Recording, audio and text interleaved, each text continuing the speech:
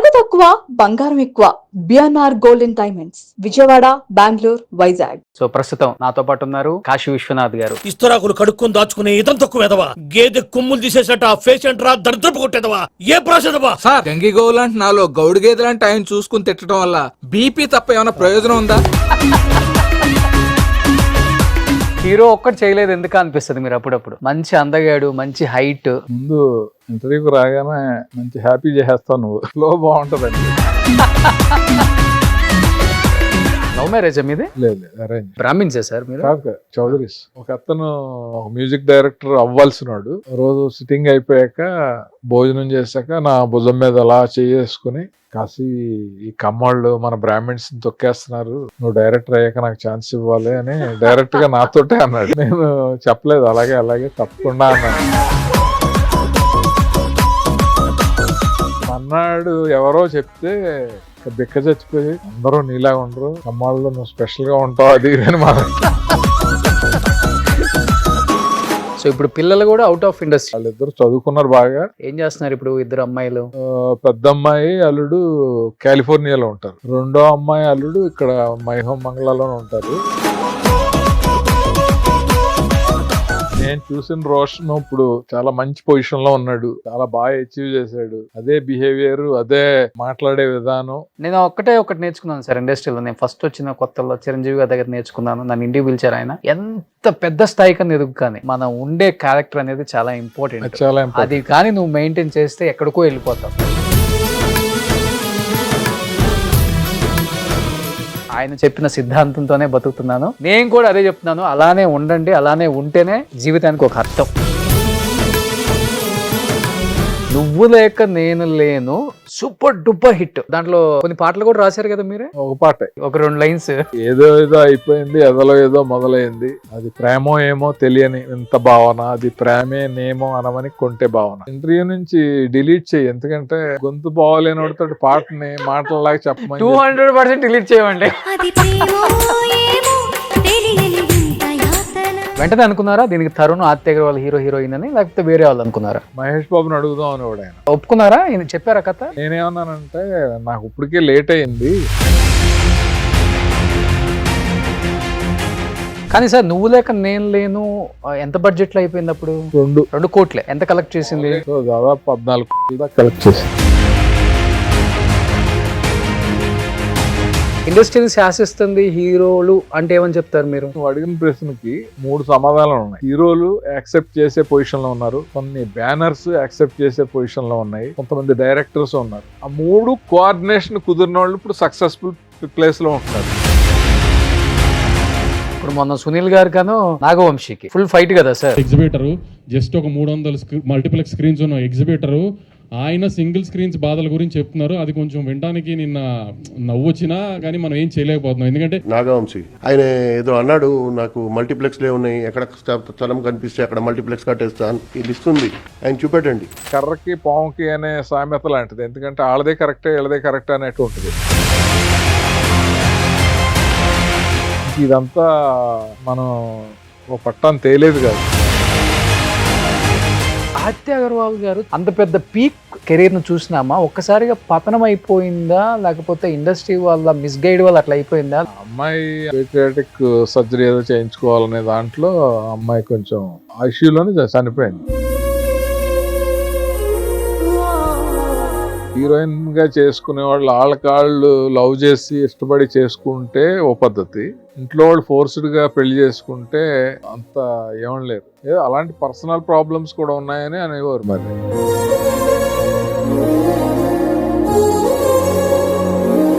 నువ్వు లేక నేను లేనప్పుడు ఏదో చిన్న గొడవ అయితే తరుణ్ కి ఆత్య అగర్వాల్ కూడా ఒకే ట్రైన్ లో పంపించారంట మీరు. అలకలు ఏముంటాయి, చిన్న చిన్న ఈగోలు అంతే.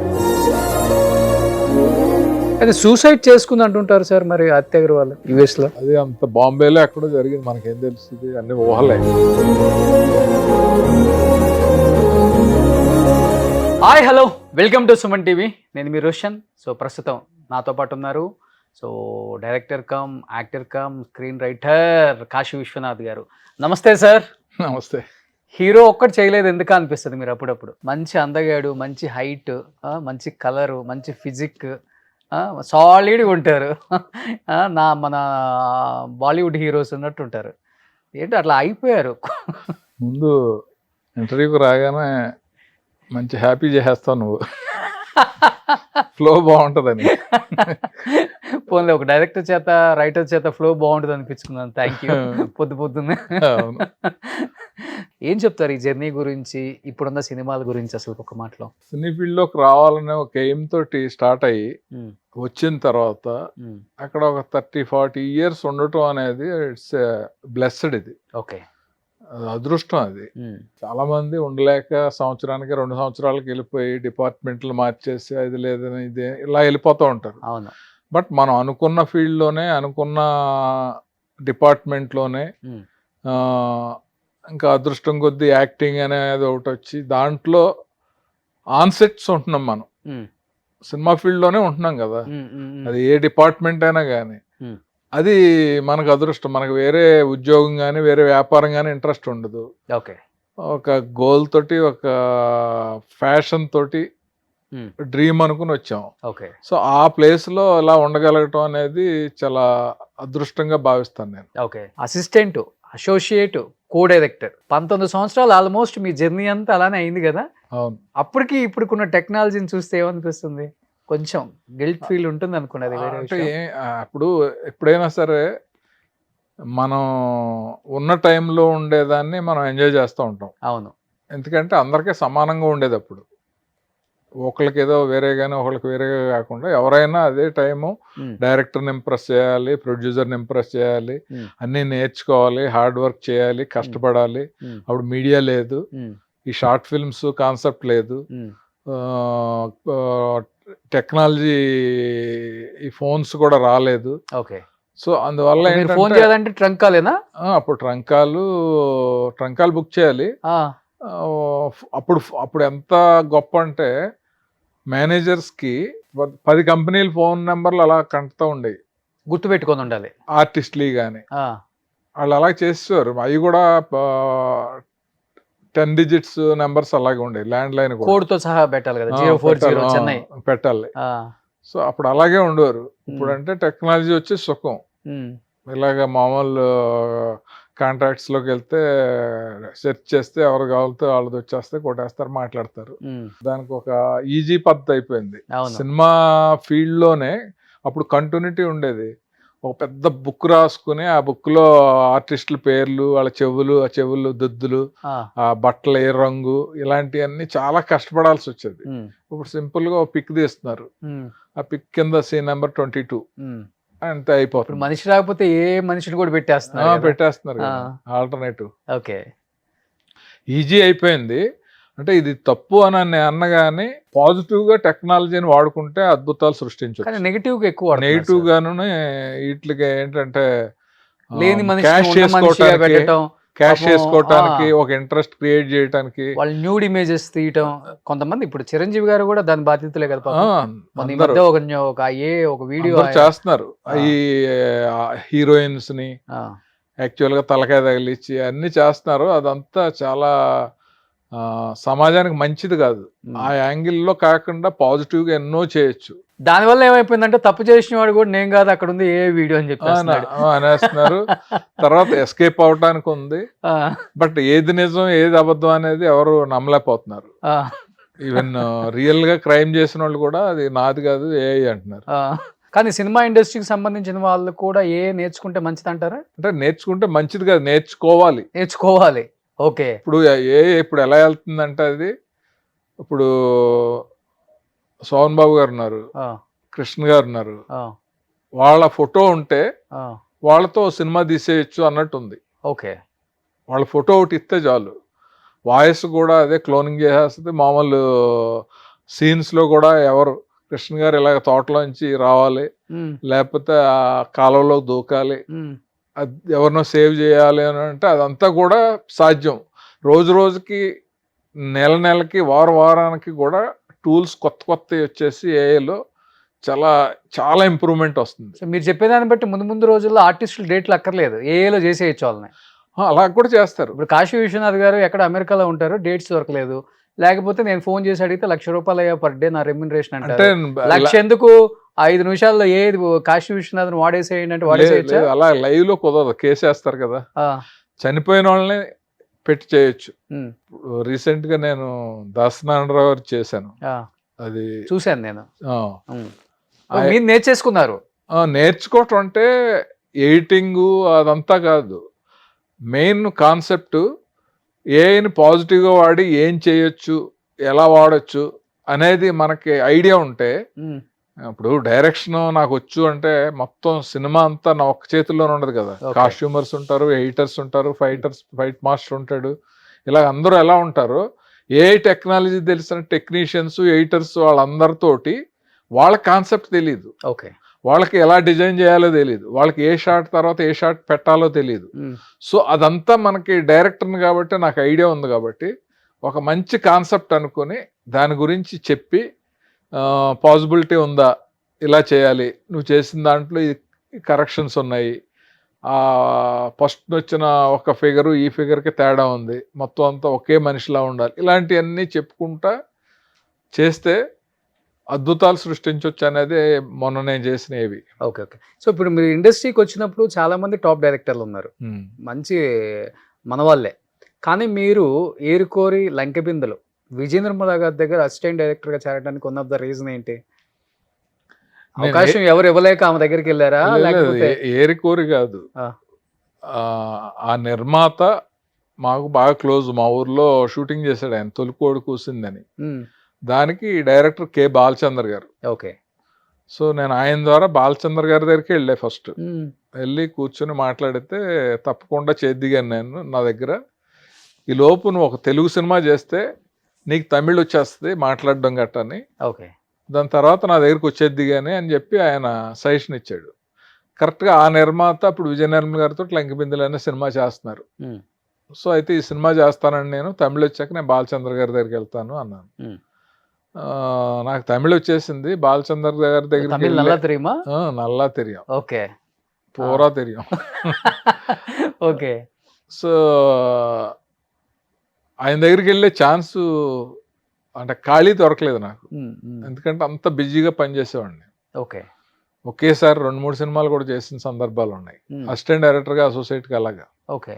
అంటే ఇప్పుడు ఒక హీరోయిన్ గా విజయ నిర్మల గారు ఏంటో స్క్రీన్ మీద మనందరం చూసాం, అవును, కానీ యాజ్ ఎ డైరెక్టర్ గా ఆమె డైరెక్ట్ చేసే విధానం ఎలా ఉండేది అసలుకి? చాలా అద్భుతం. ఆ, ఇప్పుడు సక్సెస్ని బట్టి పేరు రావటం అనేది ఉంటుంది. సో ఆవిడ తీసిన సినిమాల్లో కూడా ఒక 10-15% సక్సెస్ ఉంటాయి. ఉమ్, ఆవిడ ఏంటంటే పని రాక్షస్ అనేవారు మేము ఆవిడ దగ్గర పనిచేసేటప్పుడు. ఒక్కొక్క రోజు ప్రొడ్యూసర్స్కి కలిసి వచ్చేలాగా 8-9 సీన్లు కూడా తీసిన సందర్భాలు ఉన్నాయి. ఓకే. మార్నింగ్ 6కి వెళ్తే రాత్రి 12 వరకు కూడా వర్క్ చేసింది. మామూలుగా జనరల్గా హీరోయిన్గా చేసిన ఆవిడకి స్టామినా ఉండదు, లేకపోతే అంత ఏదో సాయంత్రం 6కి ప్యాకప్ చేసేస్తారు అలా ఉంటుంది కదా. ఓకే. ఆవిడ మాత్రం చాలా చాలా బాగా చేసి చాలా ఈజీగా తీసేస్తూ ఉండేది సీన్లు. ఓకే. ఓకే. ఆవిడ దగ్గర చాలా నేర్చుకున్నాం. అంటే నేర్చుకోవటం ఇన్ ద సెన్స్ ఇప్పుడు రకరకాల డైరెక్టర్లు రావచ్చు, క్రియేటివ్గా ఉండొచ్చు, టెక్నికల్గా ఉండొచ్చు, వేరే వేరే రకంగా ఉండొచ్చు. ఆ రోజుల్లో ప్రొడ్యూసర్కి ఇబ్బంది లేకుండా ఒక ప్రాజెక్ట్ని ఇన్ టైంలో కంప్లీట్ చేసి కొంచెం ప్రాఫిట్స్ వచ్చేలా ఎవరు చేస్తారో వాళ్ళందరూ మంచి డైరెక్టర్ల కింద లెక్క అప్పుడు. ఓకే. అలా చాలామంది ఉండేవారు, వాళ్ళలో ఈవిడ కూడా ఒకరు. కానీ మీకు ఇంకా రామానాయుడు స్టూడియోస్, సురేష్ ప్రొడక్షన్స్కి ఒక స్టాంప్ వేసేసారు కాశీ విశ్వనాథ్ గారు అంటే, అంతే కదా? ఆల్మోస్ట్ వాళ్ళతో జర్నీ ఒక 16-17 ఇయర్స్ చేసి ఉంటారా? లేదు, రామానాయుడు గారు దగ్గరికి నేను వచ్చి చేసింది 6-7 ఇయర్స్. అది కూడా పరుచూరి వెంకటేశ్వరరావు గారు, మేము కలెక్టర్ గారు అల్లుడు సినిమా చేస్తూ ఉంటే ఆ సినిమా క్లైమాక్స్ ప్రాబ్లం వచ్చింది, షూటింగ్ ఆపేశారు. దాంట్లో ఒక మంచి ఐడియా నేను ఇచ్చాను. ఓకే.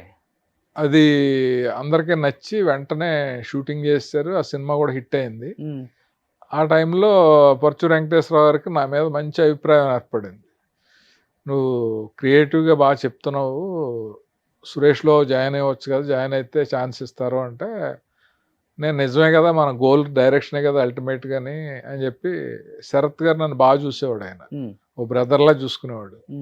సో ఆయన దగ్గర చెప్పేసి అప్పుడు రామనాయుడు గారి దగ్గరికి వచ్చాను. ఏంటి సార్ కలెక్టర్ గారు అల్లుడు క్లైమాక్స్ చేంజ్ ఏంటది? క్లైమాక్స్లో వాణి విశ్వనాథ్ తల్లి వాణిశ్రీ గారు, ఆవిడ ఆల్రెడీ ఎవడో నవభారత్ బాలాజీకి ఇచ్చి పెళ్లి చేసేస్తూ ఉంటుంది. ఓకే. అంతకు ముందే సుమన్ గారితో వాణి విశ్వనాథ్కి పెళ్లి అవుతుంది. వాళ్ళిద్దరూ బావమరదలు అన్నమాట. ఓకే.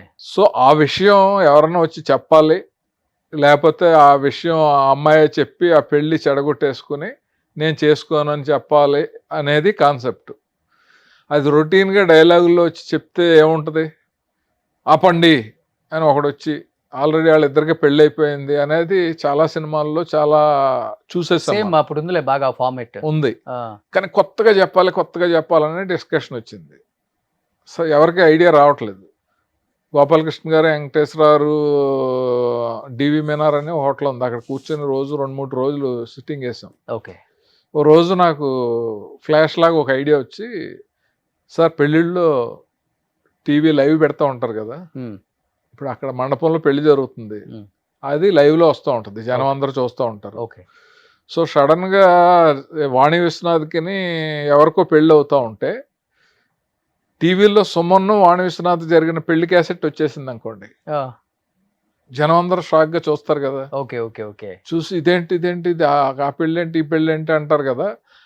అలాగా వీళ్ళిద్దరు పెళ్లి గురించి తెలిస్తే క్లైమాక్స్ బాగుంటుంది అనగానే వాళ్ళకి నచ్చింది. నచ్చి వెంటనే ఓకే చేశారు. సినిమాలో అదే ఉంటుంది.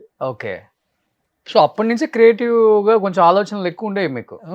మామూలు అసలు క్రియేటివ్ గా ఆలోచనలు ఉండే ఇండస్ట్రీకి వస్తాయి. అదే కథలు రాసి కూడా మీ అమ్మగారికి ఎక్కువ వినిపిస్తుంటారంట, నరేషన్ అంతా విన్నా నేను. కథలు పాటలు రాసేవాడిని అప్పుడు. నాకు పంచాయతీ ప్రెసిడెంట్ ఒక ఆయనతో గొడవ అప్పుడు, రియల్ పంచాయతీ ప్రెసిడెంట్, మా ఊరు ప్రెసిడెంట్ తో. పురుషోత్తపట్నమా? అందరూ భయపడేవారు, నేను లెక్క చేసేవాడిని కాదు, కొంచెం రెబల్ గా ఉండేవాడిని. ఇప్పుడంటే చాలా సాఫ్ట్ నేచర్ లా ఉంటది, కానీ బిఫోర్ 10th చాలా రెబల్. సో కట్అవుట్ చూసి అదిరిపోవాల్సింది ఎవడైనా. అంటే మామూలు ఎలా సార్ కొడతారా? కొట్టేయడానికి మీదకి వెళ్తారా? కొడతారు నిజంగా?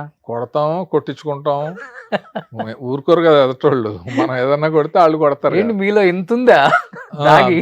ఫ్లాష్ బ్యాక్ లో అలాగే ఉండేది.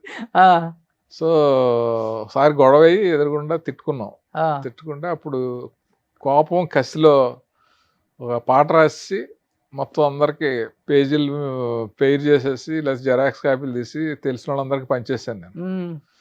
పల్లెటూరి పంచాయతీ పెద్దలు పదవి పెత్తనంతో ఎక్కారు పైగద్దెలు, బుద్ధిలేని ఎద్దులు, చదువురాని మొద్దులు, అవినీతికి గానుగెద్దులు, అక్రమానికి గంగిరెద్దులు అని రాసేస్తే ఫ్రెండ్స్ అందరూ కూడా అదిరిపోయింది, భలే ఉంది, నువ్వు సినిమా ఫీల్డ్కి వెళ్ళొచ్చు అనేవారు. ఆ టైంలో రంజిత్ గారు, బాలచంద్ర గారి డైరెక్షన్లో తొలికోడు కూసింది వచ్చారు. ఇంకా అక్కడి నుంచి స్కూల్ ఎగ్గొట్టి, కాలేజ్ ఎగ్గొట్టి, జూనియర్ కాలేజీ, షూటింగ్లకి వెళ్ళిపోవటం. కానీ మీరు చెప్పేవన్నీ భలే ఉంటాయి సార్, ముద్దుగా. అంటే మీరే కాదు, మీ టైంలో ఉన్న ఆర్టిస్టులు కానీ డైరెక్టర్లు కానీ మీలో ఉన్న ఒక చిన్న టాలెంట్ని చూసి ఫ్రెండ్స్ అనేవాళ్ళు, గెలురా నిన్ను మించిన వాళ్ళు లేదు, హీరోగా నువ్వు స్క్రీన్ మీద పిచ్చెక్కిచ్చేస్తావు అని చెప్తుంటే భలే చాలా బాగుంటుంది. కానీ ఇప్పుడున్న జనరేషన్ వాళ్ళు నువ్వు వెళ్ళురా అంటే కృష్ణానగర్లో తిరుగుతూనే ఉన్నారు పాపం. అప్పుడు ఆ డెడికేషన్ ఉండేది వర్క్ మీద. అంటే డెడికేషన్ అలా వెళ్ళాలి అంటే చాలా తక్కువ పర్సంటేజ్ ఉండేది. ఆల్మోస్ట్ అందరూ సక్సెస్ అలా అయిన వాళ్ళే కదా. మోహన్ బాబు గారు, ఒక కాశీ విశ్వనాథ్ గారు, లేదా ఒక విశ్వనాథ్ గారు, ఒక బాలు గారు, ఒక చంద్రమోహన్ గారు, ఎవరి పేరని చెప్పు, ఒక కృష్ణ గారు, ఒక నాగేశ్వరరావు గారు రైల్వే స్టేషన్ లో కనపడితే ఘంటసాల గారు తీసుకెళ్లిపోయారంట. అంతే కదా. కృష్ణ గారు ఏమో కాలేజీలో నాగేశ్వరరావుని చూసి, అంటే రియల్ గా ఫస్ట్ టైం అనిపించటం, ఆ జర్నీ అనేది చాలా బాగుంటది. అది ప్రతి వాళ్ళకి ఉంటది. 90 వరకు ఉన్న వాళ్ళందరూ గోల్డెన్ పీరియడ్స్. అవును. ఆ తర్వాత నుంచి వచ్చిన వాళ్ళని లక్ ఇలా తిరిగింది, మళ్ళీ బ్యాడ్ లక్ ఇలా తిరిగింది. 90s వరకు ఉన్న వాళ్ళకైతే గోల్డెన్ పీరియడ్. అవును. ది బెస్ట్ హైట్స్ చూసేశారు ఇండస్ట్రీలో, హిట్స్ చూశారు, ఫేము, నేము, మనీ అన్ని చూశారు. అంటే బ్యాలెన్స్డ్గా ఉండేవాళ్ళు. హిట్ వస్తే తలపొగరు కానీ మామూలు ఇంకా ఆగపోవటం కానీ ఉండేది కాదు. ఎందుకంటే లైఫ్లో ఏది శాశ్వతం కాదు. హిట్ వచ్చింది అని అంటే ఇది కంటిన్యూగా ఉంటుందని చెప్పలేము. అందువల్ల బ్యాలెన్స్డ్గా ఉంటే మనకంటూ కొంతమంది వెల్ విషర్స్ ఫ్రెండ్స్ వీళ్ళందరూ ఉంటారు. ఎగ్జాక్ట్లీ. ఒకసారి తలపొగరు వచ్చింది అని అంటే ఓహో అనుకుంటారు, వీడు పతనం ఎప్పుడు అవుద్ది, వీడు ఫెయిల్యూర్ ఎప్పుడు, ఫాల్ ఎప్పుడు అన్నట్టు చూస్తూ ఉంటారు. సో ఆ అవకాశం ఎదుటోళ్ళకి ఇవ్వకుండా మనం మైండ్ బ్యాలెన్స్ చేసుకుంటూ ఉంటే ఏం లేదు, ఎప్పుడు ఒకలాగా మనలా ఉండాలి అంతే, మనలో ఇంకొకళ్ళు దూరకూడదు. ఎలా 90% ఇలా ఆలోచించే వల్ల ఒక 10% ఉంటారు కదా మీరు అన్నట్లుగా.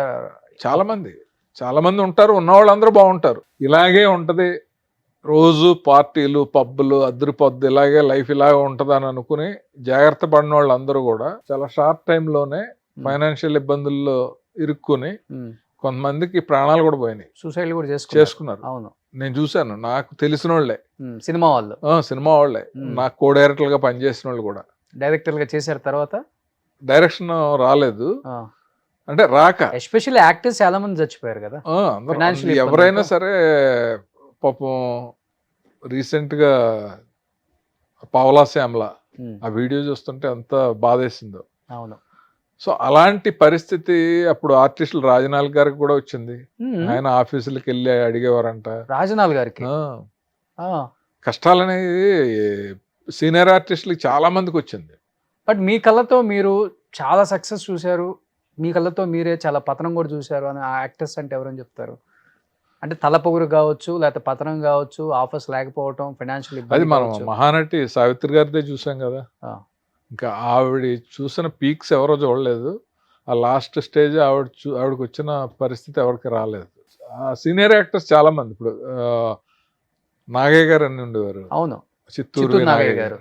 ఆయన 24 గంటల వాళ్ళ ఆఫీసులో 10-15 మంది వచ్చి భోంచేసి వెళ్ళిపోతాం, అన్నసత్రంలా ఉండేదంట.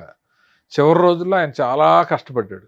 ఓకే. అందుకే అపాత్రదానం అంటారు కదా, అపాత్రదానం కానీ అంటారు కదా సార్, స్టేజ్కి మించి వెళ్ళటం కానీ, తలపొగరు కానీ, లేకపోతే ర్యాష్ డెసిషన్స్ కానీ తీసుకుంటే దేవుడు కానీ లక్ష్మీదేవి మా డబ్బు కానీ మనిషిని దేకిచ్చేస్తుంది. అదే దానం చేయొచ్చు, ధర్మం చేయొచ్చు, కానీ ఆగం చేయకూడదు అంతే. అవును అవును. బట్ మీ టైంలో ఉన్న వాళ్ళు కొంతమంది నేర్చుకున్న వాళ్ళు బాగుపడ్డారులేండి. ఎప్పుడైనా సరే నేర్చుకోవడానికి కొంతమంది ఉంటారు.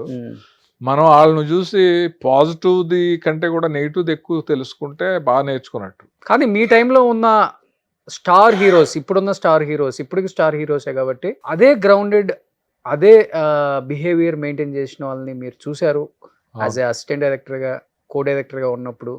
ఎవరు అంత గ్రౌండెడ్గా ఉండేవాళ్ళు ఇప్పుడు కూడా? అంతే, స్టార్స్ అందరూ కూడా గ్రౌండెడ్గానే ఉంటారమ్మా. ఎందుకంటే వాళ్ళు ఆ పొజిషన్కి రావాలి, వచ్చారు అంటేనే క్వాలిటీస్ వల్లే. క్వాలిటీస్, మంచి క్వాలిటీస్ లేకపోతే. వెంకటేష్ గారిలో అప్పుడు చూసిన మీరు ఒక మంచి క్వాలిటీ ఇప్పటికి కూడా నేను అప్పుడప్పుడు అబ్జర్వ్ చేశాను అంటే ఏమని చెప్తారు? వెంకటేష్ బాబుతో నా జర్నీ చాలా ఉంది, ఎందుకంటే వాళ్ళ సంస్థలోనే నేను కో డైరెక్టర్గా పనిచేశాను. వెంకటేష్ బాబుకి లైఫ్ టర్నింగ్ మూవీస్ 3 నేనే కో డైరెక్టర్. గణేష్, ప్రేమించుకున్నారా, కలిసి ఉన్నారు. సో ఆయనతో నాకు బాగా క్లోజ్నెస్ ఉంది. ఆయనలో ఉన్న గొప్పతనం ఏంటంటే ఏది శాశ్వతం కాదు, ఇది మన గొప్పతనం కాదు, లైఫ్ ఏదో అలా జరుగుతూ ఉంటుంది, ఫ్లోలో మనం వెళ్ళిపోవాలి. ఈరోజు ఇది చేస్తున్నాము అని అంటే చేయాలని చేస్తున్నాం అనే ఫిలాసఫీ ఒకటి బాగుంటుంది, అప్పటి నుంచే ఉంది అది. తర్వాత ఫ్యామిలీకి ఇంపార్టెన్స్ ఇవ్వటం, వేరే వాళ్ళ గురించి అనవసరమైన మాటలు మాట్లాడకపోవటం. మేమిద్దరం చాలాసార్లు కూర్చున్నప్పుడు అలాంటి డిస్కషన్సే వచ్చాయి. ఓకే. సో అవన్నీ కూడా మనం నేర్చుకునే. ఎందుకు నేను యాక్టర్గా కొన్ని కళ్ళనీళ్ళు పెట్టించే సీన్స్ ఆయన్ని పెర్ఫార్మెన్స్ని ఫాలో అయ్యి గుర్తు తెచ్చుకుని కూడా చేసిన సందర్భాలు ఉన్నాయి. ఎందుకంటే కలిసి ఉన్నారాల్లో ఫోటోల సీన్ ఉంటుంది, ఆ సీన్ ఇప్పటికి అది నెరేట్ చేస్తుంటేనే కళ్ళం నీళ్ళు వచ్చేస్తాయి. ఓకే. ఆ సీన్ అప్పుడు ఆయన ఇద్దరం కలిసి అలా భుజం మీద చేసి ఆయన డైలాగులు చెప్తూ నేను చెప్తూ అలా అలా ఆ సీన్ అంతా చాలా బాగా వచ్చింది. ఓకే.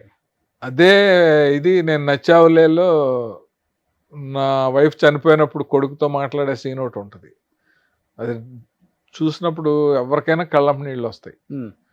సో అక్కడ నేను అది గుర్తు తెచ్చుకుని ఆ పర్ఫార్మెన్స్ ఇలా చేయాలి అని చెప్పి క్యారెక్టర్లోకి వెళ్ళిపోయి ఇన్వాల్వ్ అయ్యి అన్ని ఇయర్స్ బ్యాక్ బ్యాక్ది సినిమా. కానీ అప్పటి వరకు చాలా సాఫ్ట్ రోల్స్, సాఫ్ట్ డైలాగ్స్ చెప్పారు అవును. వెంకటేష్ గారు. గణేష్ లో చెప్తాడు కదా, సింగిల్ సింగిల్ హ్యాండ్ గణేష్ అని, ఎనీ సెంటర్ ఎనీ సెంటర్. రాసింది మీరా లేకపోతే? డైలాగ్ లేదు, పర్చూర్ బ్రదర్స్. ఓకే. డైలాగ్స్ కాదు కానీ చాలా మన ఇన్పుట్స్ ఉండేవి. Hmm. వాళ్ళతో కూర్చొని సీన్ ఎలా చేద్దాము, ఏం చేద్దాము, సీన్లో కంటెంట్ ఏంటి. ఇప్పుడు ఒక రైటర్ని ఇన్స్పైర్ చేసుకుని బాగా రాయించుకునే కెపాసిటీ ఎవరికి ఉంటుందంటే ఆ సీన్లో కంటెంట్ని బాగా వివరంగా చెప్పి ఏది దాంట్లో హైలైట్, దాన్ని ఎలా అండర్లైన్ చేయాలి, ఒక డైలాగ్లో చేయాలా లేకపోతే క్లోజప్లో చేయాలా అనేది డైరెక్టర్ కానీ కో డైరెక్టర్ కానీ చెప్పగలిగితే ఆ సీన్ ఎప్పుడు అద్భుతంగా వస్తుంది. ఓకే. సో అలాంటి చాలా సందర్భాలు ఉన్నాయి. అది నేను సురేష్ బాబు మాట్లాడుకుని నన్ను ఆయన పంపించి నేను పరచూరు వెంకటేశ్వర గారితో కూర్చుని గోపాలకృష్ణ గారి దగ్గరికి వెళ్ళి వాళ్ళ చేత రాయించి ఇది కాదు అది ఇలాగా ఆ 3 సినిమాలకైతే నా ప్రాణం పెట్టేశాను నేను. ఓకే. లేకపోతే అసలు ఎప్పుడు ఏ తెలుగు వాళ్ళకి అవకాశం అని సురేష్ బాబు అంతా తమిళ వాళ్ళే, అందరూ తమిళ వాళ్ళకి ఇస్తాడు ఆయన. అవును, ఈవెన్ జేఎన్సీ పరాంజీ కూడా తమిళ. తమిళ. అవును. ఫస్ట్ టైం నీకు ఇస్తున్నాను, నీది నచ్చింది నాకు అని నాకు నువ్వు లేకలేని ఛాన్స్ ఇచ్చాడు ఆయన యాజ్ ఏ డైరెక్టర్ గా. డైరెక్టర్. అవును. కానీ ఇప్పుడు ఈ అంజలా చావేరి 1 వీక్ షూటింగ్ రాలేదంట కదా సార్. కానీ ఆమె రాకుండా ఆమె ఉన్నట్టుగా సీన్లు ఎట్లా క్రియేట్ చేశారు అసలుకి? అది కదిరెళ్ళాము. వెళ్ళినప్పుడు ఆ అమ్మాయి హిందీ సినిమాలో లాక్ అయిపోయి వాళ్ళు వదలలేదు.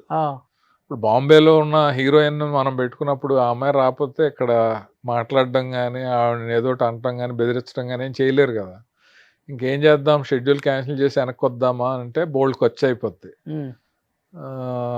సురేష్ బాబు ఏం చేద్దాం కాసి ఆ అమ్మాయి వర్క్ అంతా సపరేట్ చేసి ఆ అమ్మాయి లేని వర్క్ అంతా సపరేట్ చేసి స్టార్ట్ చేద్దాం అన్నాడు.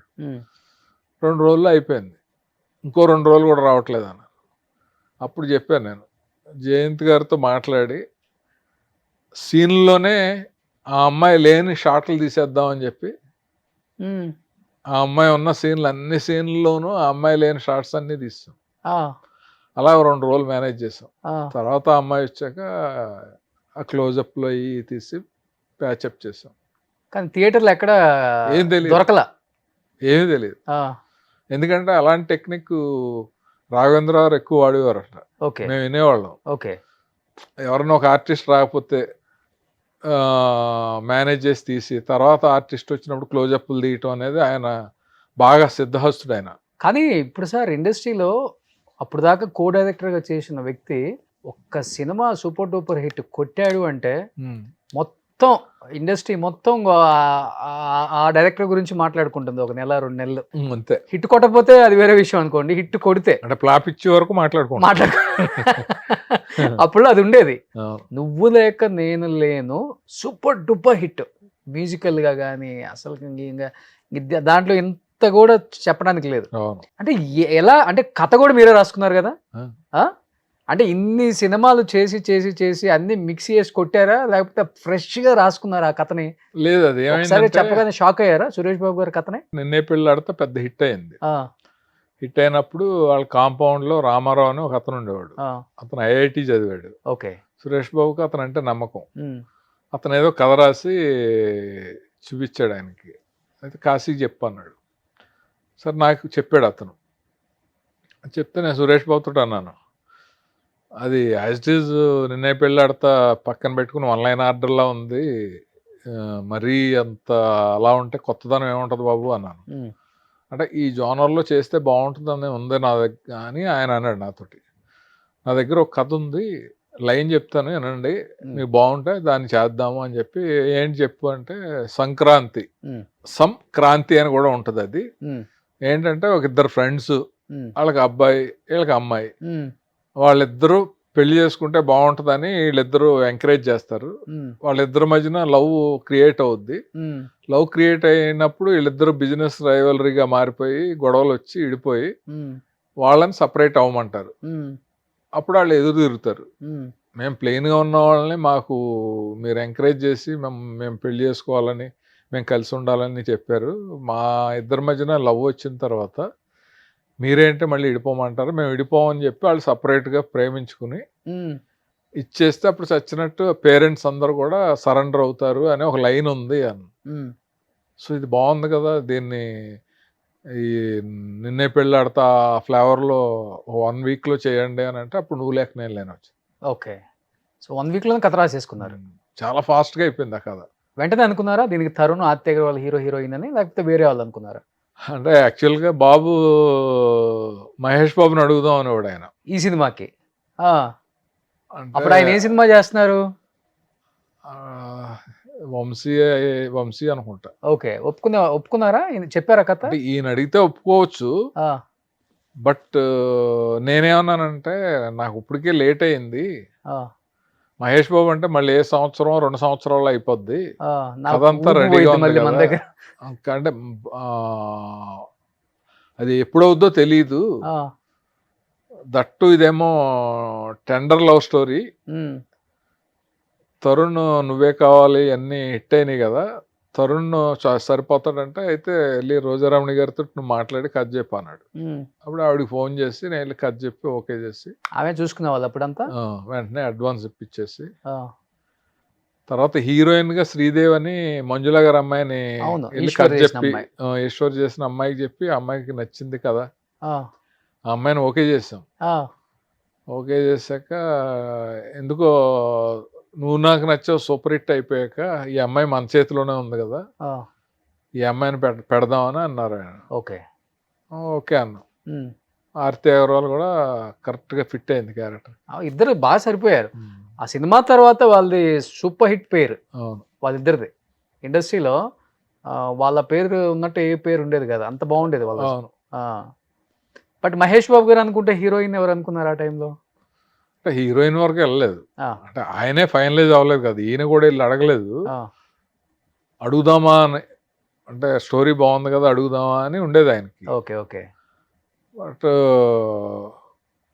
ఆయన డెఫినెట్గా కొత్త డైరెక్టర్ అయినా కూడా సురేష్ ప్రొడక్షన్స్ అంటే చేసి ఉండేవారేమో, మనం బాగా లేట్ అయిపోద్ది అనే దాంట్లో అప్పుడు నేను వచ్చి 3 సినిమాలు అనుకున్న 4వ సినిమా కూడా చేసాను నేను. ఓకే. కలిసి ఉన్నారా కూడా చేశాను యాజ్ ఏ కో డైరెక్టర్గా. బట్ అందరూ ఆల్మోస్ట్ అందరు ఆర్టిస్టులు మీకు మంచి క్లోజే కదా.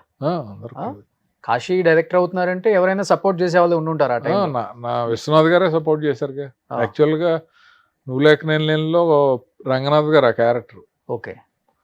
నేను విశ్వనాథ్ గారు అయితే బాగుంటుంది అని అంటే ఆయన అప్పటికే చాలా పెద్ద ఇది అయిపోయాడు, బిజీ అయిపోయారు, బాగా బడ్జెట్ ఎక్కువైపోద్ది కదా, ఆయన 10, 12 అడుగుతున్నారు అది ఇది అని సురేష్ బాబు అన్నారు. 10, 12 సినిమాకి అండి, పర్ డేకా? సినిమాకి అంటే నేను మాట్లాడతాను అని చెప్పి గ్రీన్ పార్క్కి వెళ్ళి విశ్వనాథ్ గారితో సార్ నా ఫస్ట్ ఫిల్మ్ మీరుంటే నాకు బాగుంటుంది, బడ్జెట్ సైడ్ కొంచెం ఇబ్బందులు ఉన్నాయంటే నీ వరకు నేను ఏం ఆలోచించకుండా చేస్తాను, చేసుకో అన్నాడు. నన్ను చాలా ఇష్టపడేవాడు ఆయన. ఆయన చేశారు కూడా సేమ్ అలాగే. దానికి కూడా ఒక రీజన్ ఉంది ఏంటంటే కలిసి ఉన్నవారు ఆయన అప్పటికి శుభ సంకల్పం అనే సినిమాలో వేషం వేసి గ్యాప్లో ఉన్నాడు ఆయన. ఓకే. పెద్దగా క్యారెక్టర్స్ రాలేదు ఆయనకి. ఆ టైంలో మేము కలిసి ఉన్నవారిలో తాత క్యారెక్టర్కి కైకాల సత్యనారాయణ గారికి అడ్వాన్స్ ఇచ్చేసాం, ఇచ్చేసి ఫిక్స్ చేసాం. కానీ ఎక్కడో అందరూ డిస్కషన్లో ఆయన రొటీన్ అయిపోతాడు తాతయ్య అంటేనే, ఆయన ఎన్నో సినిమాల్లో చేశాడు, ఎవరినైనా వేస్తే బాగుండని వేరే ట్రైల్ చేస్తూ ఉండేవారు. విశ్వనాథ్ గారు అలా రిలేటివ్స్ని తీసుకుని స్టూడియో చూపించడానికి రామానాయుడు స్టూడియోకి వచ్చాడు ఆయన. ఆ వచ్చినప్పుడు ఆయన గెటప్ ఆ మీసాలు ఇలాగా పెట్టి వైట్ మీసాలు ఒక గెటప్లో వచ్చాడు ఆయన. ఓకే. చూడగానే నాకు బాగా ఇంప్రెసివ్గా అనిపించి సురేష్ బాబు ఫోన్ చేసి విశ్వనాథ్ గారు కింద మన నచ్చావే పాలపిట్ట సాంగ్ ఉంది కదా, ఆ సెట్ వేస్తున్నాం, ఓకే, ముందు సాంగ్ తీసేద్దాం. ఓకే. ఆ సెట్లోకి వచ్చారండి, మీరు రండి, చాలా బాగున్నాడు, తాత క్యారెక్టర్కి ఆయన అయితే భలే ఉంటాడని చెప్పంటే ఆయన పైన ఉండేది ఆఫీస్ సురేష్ బాబు. అవును. కిందకు వచ్చి చూసి ఆయనతో మాట్లాడి విష్ చేసి నిజమే కాసి చాలా బాగున్నాడు ఆయన, భలే ఉంటుంది. కానీ సత్యనారాయణ గారికి ఎలాగా అంటే నేను చెప్తానులే బాబు అన్న. సరే నువ్వు ఏదోలా మేనేజ్ చేసుకో, ఈయన ఫిక్స్ చేసేద్దాం అని చెప్పి అప్పుడు ఆయన్ని కండిషన్స్ అన్నిటికీ ఒప్పుకొని చెప్పగానే ఒప్పేసుకున్నారా? ఆయన అంటే కొన్ని ఫుడ్ గట్టా ఇలాంటివన్నీ వీళ్ళ ఇంట్లోంచి పంపించి సురేష్ గెస్ట్ హౌస్లో ఆయన ఉండి అలాగే వాటితోటి ఆయన చాలా హ్యాపీగా ఒప్పుకున్నాడు. ఆ సినిమా సూపర్ హిట్ అవడంతో వరుసగా ఆయనకు సమరసింహారెడ్డి, నరసింహనాయుడు ఇలాంటి మంచి మంచి క్యారెక్టర్లు అన్నీ వచ్చినాయి. ఫాదర్ అంటే ఆయనే ఆ టైంలో. అలాగే సత్యనారాయణ గారికి వెళ్ళి చెప్పాను నేను, సార్ ఏమనుకోకండి మీకు సినిమా పోయినట్టు అంతే, కానీ ఆ డైరెక్టర్కి ఒక కొత్త తాత ఉంటే ఆ ఫ్రెష్నెస్ ఉంటుందని ఫీల్ అవుతున్నాడు తమిళ డైరెక్టరు అని అంటే అప్పుడు ఆయన అన్నాడు, వేరే ఎవరైనా నా ప్లేస్లో వేరే ఎవరిని పెట్టినా నేను ఫీల్ అయ్యేవాడిని, విశ్వం గారిని అంటున్నావు కాబట్టి నాకు ఆ ఫీలింగ్ లేదు. ఆయన నాకు చాలా మంచి సినిమాలు తీశాడు, శారద ఇలాంటి సినిమాలన్నీ, సూత్రధారులు అని చెప్పి ఆయన కూడా హ్యాపీగా ఒప్పుకున్నాడు. ఓకే. కానీ సార్ నువ్వు లేక నేను లేను ఎంత బడ్జెట్లో అయిపోయింది అప్పుడు? 2 కోట్లే సినిమా అంతా. ఎంత కలెక్ట్ చేసి? మామూలుగా అయితే 2.5 అయితే చిరుజల్లు సినిమా రిలీజ్ అయ్యి ₹1 కూడా రాలేదు. అవును, ఫ్లాప్ అయింది. అవును. అప్పుడు ఏంటి కాసి మనం ఇలా పెద్ద ఎక్కువ బడ్జెట్ పెట్టాము, ఆ సినిమా ఎంత కూడా కలెక్ట్ చేయలేదు, ఏం చేద్దామని అడిగాడు ఆయన. ఏముంది బాబు, నేను ఫస్ట్ టైం డైరెక్టర్ని, బిజినెస్ అంతా మీకు ఎక్కువ తెలుసు, క్వాలిటీ పోకుండా ఎక్కడ తగ్గిద్దామో మీరు చెప్పండి, తగ్గించడానికి నేను కూడా రెడీ అంటే ఇది తీసేద్దాం, ఇది తీద్దాం అని చెప్పి 2కి తీసుకొచ్చాం. 2కి తీసుకొచ్చి సినిమా అంతా కంప్లీట్ అయిపోయింది, క్లైమాక్స్ కూడా అయిపోయింది, సాంగ్స్ బ్యాలెన్స్ ఉన్నాయి. సినిమా అద్భుతంగా వచ్చింది. వాళ్ళ ఫ్యామిలీ చూసి చాలా పెద్ద హిట్ అవుద్ది, చాలా బాగుంది సినిమా అని వాళ్ళు ఫీల్ అయ్యారు. వెంటనే ఊటీ, మైసూర్, తర్వాత పొల్లాచి, కేరళ ఇవన్నీ వెళ్దామని చెప్పి ఆ 20 లక్షలు 30 లక్షలు ఎక్స్ట్రా బడ్జెట్ పెట్టి ఆ సాంగ్స్ అన్ని తీసాం. సో దాదాపు 14 కోట్ల దాకా కలెక్ట్ చేసింది. 14 కోట్లు ఆ రోజుల్లో పెట్టి తీస్తే. ఇప్పుడు ఆ రోజుల్లో అదే అప్పుడు ఇన్వెస్ట్ చేస్తే ఇప్పుడు 1400 కోట్లు అంతే కదా. అంతే కదా. అప్పుడు ఆ 14 కోట్లు ఎక్కడో ఇన్వెస్ట్ చేస్తే ఇప్పుడు అయి ఉంటుంది కూడా. అంతే. మీకు రెమ్యునరేషన్ ఎంత? సురేష్లో రెమ్యునరేషన్ ఉండేది కదా అప్పుడు, ఫ్రీగా చేశారు సినిమా, మంత్లీ శాలరీ లాగే ఉండేది. ఎంత ఇచ్చారు అనేది ఉండేది కదా, ఎవరికైనా సరే మనకి ఛాన్స్ ఇస్తున్నారు కదా అంతే.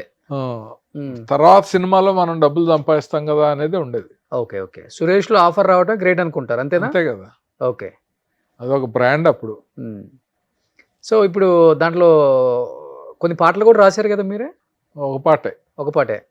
ఏ పాట సార్ అది? ఏదో అయిపోతుంది, ఏదో మొదలైంది. ఏదో ఒకసారి ఒక 2 లైన్స్ పాట రూపంలో కాకపోయినా మాట రూపంలో చెప్పండి.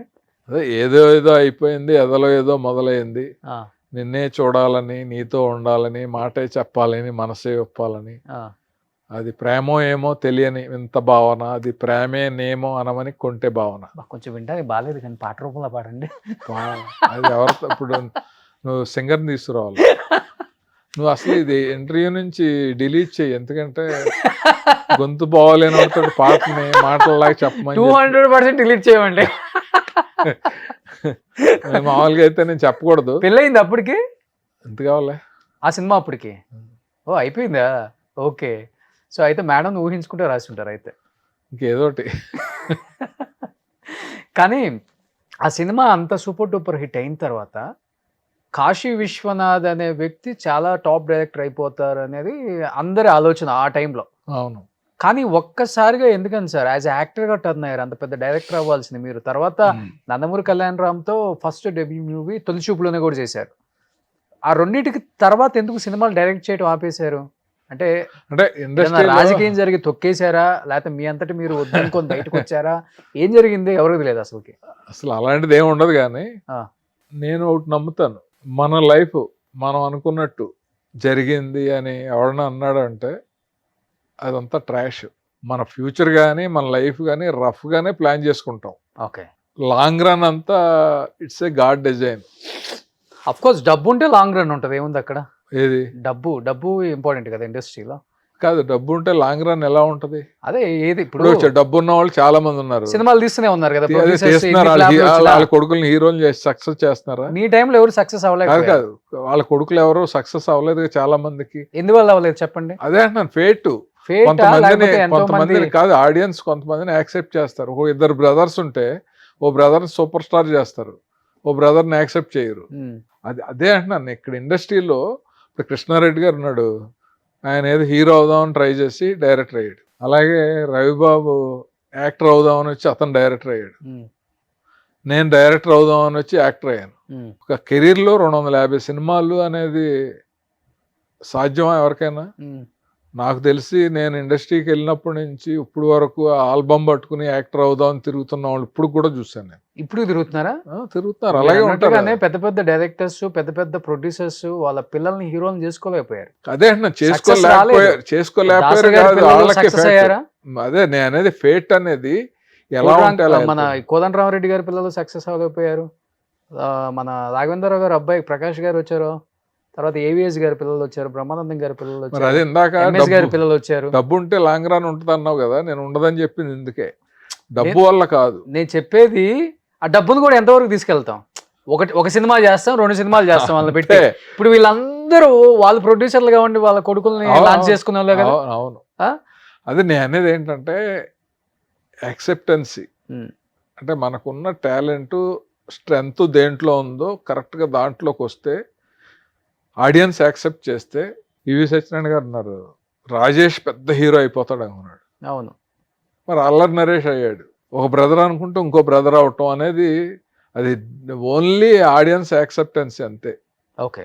ఇప్పుడు రాజకీయ నాయకుడు ఓట్లు వేసి ప్రజలు ఎలాగా యాక్సెప్టెన్సీ కావాలో, సినిమా ఫీల్డ్లో సక్సెస్ రావాలి అంటే డైరెక్టర్గా అయినా యాక్టర్గా అయినా ఆడియన్స్ యాక్సెప్టెన్సీ ఉండాలి, వాళ్ళు చూడాలి. అంటే ఇండస్ట్రీలో గోల్ పెట్టుకోకూడదు చెప్పాలంటే. గోల్ ఏదవుతుందో చెప్పలేము ఇక్కడ. అంటే గోల్ పెట్టుకోకూడదు అనట్లేదు నేను. ఏ ప్లానింగ్ అయినా సరే రఫ్గానే ఉండాలి తప్ప, నా లైఫ్ నేను 100 ఏళ్ళు నేను ఇలా ప్లాన్ చేసుకుంటున్నాను అనేది ఫూలిష్నెస్. చాలా షార్ట్ టైం ప్లానింగ్ ఉండాలి, ఫ్లోలో వెళ్ళిపోతూ ఉండాలి, అప్పుడే సంతోషంగా ఉంటాం మనం. ఓకే. లేకపోతే మనం డీప్గా ఒకటి పెట్టేసుకుని అది అవ్వకపోతే మన దాని గురించి బాధపడిపోయి. ఇప్పుడు పెద్ద పెద్ద హిట్లు ఇచ్చిన హీరోలు కూడా ఖాళీగా ఉన్నారు ఇప్పుడు. ఎందుకు లేరు? ఇప్పుడు మీరు నువ్వు లేక నేను లేని అంత పెద్ద హిట్ చెప్పాలంటే లవర్ బాయ్ తరుణ్ ఇండస్ట్రీకి. ఇప్పుడు తరుణ్ అలానే ఉన్నాడు, మరి లుక్ కానీ తన చూడటానికి అంతా కూడా. కానీ సినిమాలు ఎందుకు చేయట్లేదు అంటే అదే ఇక్కడ రావటం అనేది ఒక టైంలో అది కూడా ఒక టైం ఉంటుంది ప్రతి వాళ్ళకి. ఆ టైంలో ఎక్కడ పెట్టాలో అక్కడ పెడతారు, తర్వాత పట్టించుకోరు. ఎవరు పట్టించుకోరు? ఇండస్ట్రీ పట్టించుకోదా? లేకపోతే ఇండస్ట్రీ ఇప్పుడు ఒక నిర్మాత అవ్వచ్చు, డైరెక్టర్ అవ్వచ్చు, డైరెక్టర్ నిర్మాత అవ్వచ్చు, నిర్మాతను ఇప్పుడు హీరోలు అవ్వచ్చు, పట్టించుకోని పరిస్థితులు చాలా ఉంటాయి. ఎందుకంటే ఆడియన్స్ ఎప్పుడు పట్టించుకుంటారు. ఇప్పుడు ఇంపార్టెంట్ కదా. నేను చెప్పిన వాటిలో నిర్మాతలు, డైరెక్టర్స్, హీరోలు వీళ్ళు ముగ్గురు ఉంటారు. హీరోలను పట్టించుకొని డైరెక్టర్లు, నిర్మాతలు ఉంటారు, డైరెక్టర్లను పట్టించుకొని నిర్మాతలు, హీరోలు ఉంటారు. ఆ ప్రొడ్యూసర్ వస్తే నేను చేయనన్న హీరోలు ఉంటారు. వీటిలో కాంబినేషన్ ఎలా సెట్ అవుద్దో ఏ ఇక్కడ కాదు కాదు కమర్షియల్ కదా. కమర్షియల్ అనేది ఒక యాంగిల్, పాలిటిక్స్ కూడా ఇంకొక యాంగిల్. మీరు అన్నట్లుగానే ఆ ప్రొడ్యూసర్ నేను అసలు పాలిటిక్స్ ఉంటాయి అనే దానికి అసలు యాక్సెప్ట్. మరి ఎందుకు హీరో ఆ ప్రొడ్యూసర్ వస్తే నేను చేయను అంటాడు? మరి హీరో ఆ ప్రొడ్యూసర్ వస్తే నేను ఎందుకు చేయను అంటాడు? మరి కంఫర్ట్ కావాల్సిన డబ్బు కదా. కంఫర్ట్ అంటే ఏం కంఫర్ట్? ఆయన అదే మైండ్ కంఫర్ట్ అంటే నాకు అతనితో చేస్తే బాగుంటుంది అందుకునే కదా. ఒక్కో బ్యానర్ తోటి ఒక్కో హీరో చాలా సినిమాలు చేస్తూ ఉంటారు, ఒక్కో బ్యానర్తో ఓ డైరెక్టర్ పర్మనెంట్గా చేస్తూ ఉంటారు. అది దాన్ని మనం క్వశ్చన్ చేయలేమంటున్నాను. ఇప్పుడు ప్రతి వ్యక్తికి ఒక టైం వచ్చినప్పుడు తన మైండ్ని బట్టి, తన కంఫర్ట్ని బట్టి బిహేవ్ చేసినప్పుడు ఎవడో క్వశ్చన్ చేయలేడు. మనం కావాలంటే ప్లీజ్ చేసో, ఇంకో రకంగా ఇంప్రెస్ చేసో, అతని డేట్స్కో లేకపోతే అతనితో పనిచేయటానికో ప్రయత్నం చేయాలి తప్ప, బాధ వేస్తూ ఉంటుంది ఎందుకు చేయరు అని మీలాంటి వెల్ విషర్స్ ఇంకొకళ్ళు అనిపిస్తూ ఉంటుంది చేయొచ్చు కదా అని. కానీ అది జరగదు అంతే. కానీ సార్ ఇప్పుడు ఇండస్ట్రీని శాసిస్తుంది హీరోలు అంటే ఏమని చెప్తారు మీరు? డైరెక్టర్ని తీసుకున్న డిసిషన్ కానీ, ప్రొడ్యూసర్స్ డిసిషన్ కానీ, లేకపోతే యాక్టర్స్ని కూడా పెట్టుకునే డెసిషన్ కానీ అంతా హీరో చేతిలోనే ఉంటుంది అంటే యాక్సెప్ట్ చేస్తారా? మీ టైంలో అంటే అంత ప్రొడ్యూసర్ చెప్పిన దానికే పచ్చజెండా ఊపేవాళ్ళు. ఇప్పుడు ఆ పరిస్థితి ఉందా? ఎగ్జాక్ట్ నువ్వు అడిగిన ప్రశ్నకి 3 సమాధానాలు ఉన్నాయి. హీరోలు యాక్సెప్ట్ చేసే పొజిషన్లో ఉన్నారు, ఆ, కొన్ని బ్యానర్స్ యాక్సెప్ట్ చేసే పొజిషన్లో ఉన్నాయి, ఉమ్, కొంతమంది డైరెక్టర్స్ ఉన్నారు. ఉమ్, ఎందుకంటే ఒక బ్యానర్ని చూసి ఎవరైనా వచ్చి చేస్తారనేలా ఉంది, ఉమ్, ఓ హీరోతో ఎవరైనా వచ్చి సినిమా తీస్తారనేలా ఉంది, ఉమ్, ఆ డైరెక్టర్ ఉంటే ఏ హీరో అన్నా వస్తాడనేలాగా సందర్భం ఉంది మనకి. ఉమ్, వాటికి ఉదాహరణలు ఉన్నారు, ఆ పేర్లు మనకు అనవసరం కానీ. ఉమ్, సో అది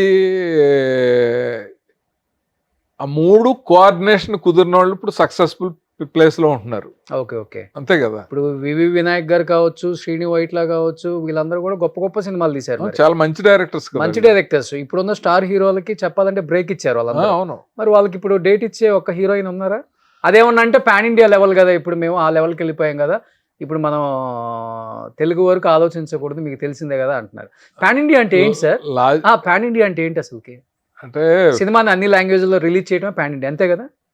అంటే అన్ని సినిమాలు అందుకని కొత్తగా ఏమైనా ఉందా? అలా కాదు, అన్ని సినిమాలు అన్ని లాంగ్వేజ్ లో రిలీజ్ చేస్తాం కంటే కూడా ఆ, ఆ కంటెంట్ కొంచెం ఏ లాంగ్వేజ్ కైనా రిలేటెడ్ గా ఉంటే ఉమ్, అది పాన్ ఇండియా అనేది ఒక పర్ఫెక్ట్ నిర్వచనం. ఆ, ఇప్పుడు చాలా మంది ఏం చేస్తున్నారంటే, ఇప్పుడు కార్తికేయ అనేది ఉంది, ఆ, హనుమాన్ ఉంది. ఆ, హనుమంతుడు అనేవాడు ఏ రాష్ట్రంలో అయినా ఎవరికైనా దేవుడే కదా. ఉమ్, దాంట్లో కృష్ణుడు, ఉమ్, ఇలాంటి సినిమాలు కూడా పాన్ ఇండియా లెవెల్కి వచ్చేసినాయి కదా, ఈ చిన్న సినిమాలైనా కూడా. ఉమ్, ఇప్పుడు బాహుబలి, త్రిబుల్ కల్కి ఇలాంటివి అనేవి వాటి హ్యూజ్ మార్కెట్ ఉంది. ఉమ్, ఇవి కూడా వచ్చినాయి ఏంటంటే కాన్సెప్ట్ని బట్టి. మన దగ్గర మార్కెటింగ్ చేసుకున్నారు అంతే, హ్యూజ్ మార్కెట్ ఏం లేదు అంతే. ఇప్పుడు కథ అనేది యాజ్ ఇట్ ఈజ్. ఇప్పుడు పాత రోజుల్లో మీరు ఎన్టీఆర్ గారు, ఏఎన్ఆర్ గారు తీసిన పౌరాణిక చిత్రాలు కదా ఇవన్నీ. కాకపోతే అప్పుడు రిలీజ్ అవ్వలేదు అన్ని లాంగ్వేజెస్లో, ఈ రోజు రిలీజ్ అవుతుంది అంతే కదా సార్. ఇప్పుడు అదే ఫెసిలిటీ ఉంది. ఆ, తర్వాత ఆ ప్రయత్నం రాజమౌళి గారు చేసి సక్సెస్ అయ్యాడు కాబట్టి రూట్ వేసాడు అందరూ అదే route లో కాబట్టి వెళ్తున్నారు. అందరూ అదే రూట్ లో. ఇండస్ట్రీ అంతా ఎప్పుడు అంతే కదా. కొన్ని రోజులు నడుస్తుంది అది, అంతే సక్సెస్ ఉన్న వరకు నడుస్తుంది. అంతే. మళ్ళీ తేడా కొట్టిన రోజు తెలుగు రాష్ట్రాలు, తెలుగు ప్రజలు మమ్మల్ని ప్రేమించిన ఆ నీకు ప్రేమ ఉదాహరణ మళ్ళీ ఒకటి dialogue చెప్తారు. ఉదాహరణ ఒకటి చెప్తాను నేను. ఆ, మేము శరత్ గారి దగ్గర నేను పనిచేసేటప్పుడు ఆ, అల్లుడు అని పెడితే చాలు సినిమాలన్నీ ఆడి ఆయన. ఆ, కలెక్టర్ గారు అల్లుడు, ఆ, చిన్న అల్లుడు, ఆ, పెద్దంటి అల్లుడు, అన్ని అల్లుడు. 100 days, అవును. దొంగలుడు, అన్ని అవును. 100 రోజుల సినిమాలే. అవును. అది నేను చెప్పేవాడిని, ఓ సినిమా ఫెయిల్ అయ్యే వరకు ఇలాగే పెట్టమంటారని. ఉమ్, హలో అల్లుడు అని ఒక సినిమా తీసాం, ఉమ్, అది అట్టర్ ఫ్లాప్ అయింది. ఉమ్, తర్వాత అసలు మళ్ళీ అల్లుడు అనే పేరు పెట్టమని ఏ నిర్మాత అనలేదు. ఉమ్.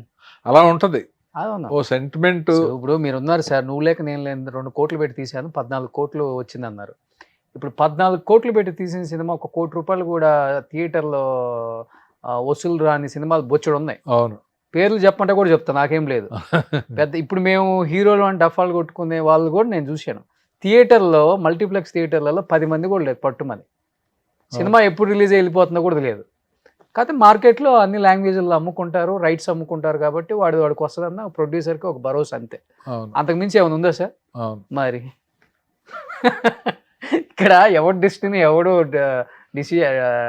ఇది చెప్తారు కదా, ఏదో ఇది చేయరు, ఎవరు రూట్ వాడిదే ఇక్కడ, కాదంటలేదు.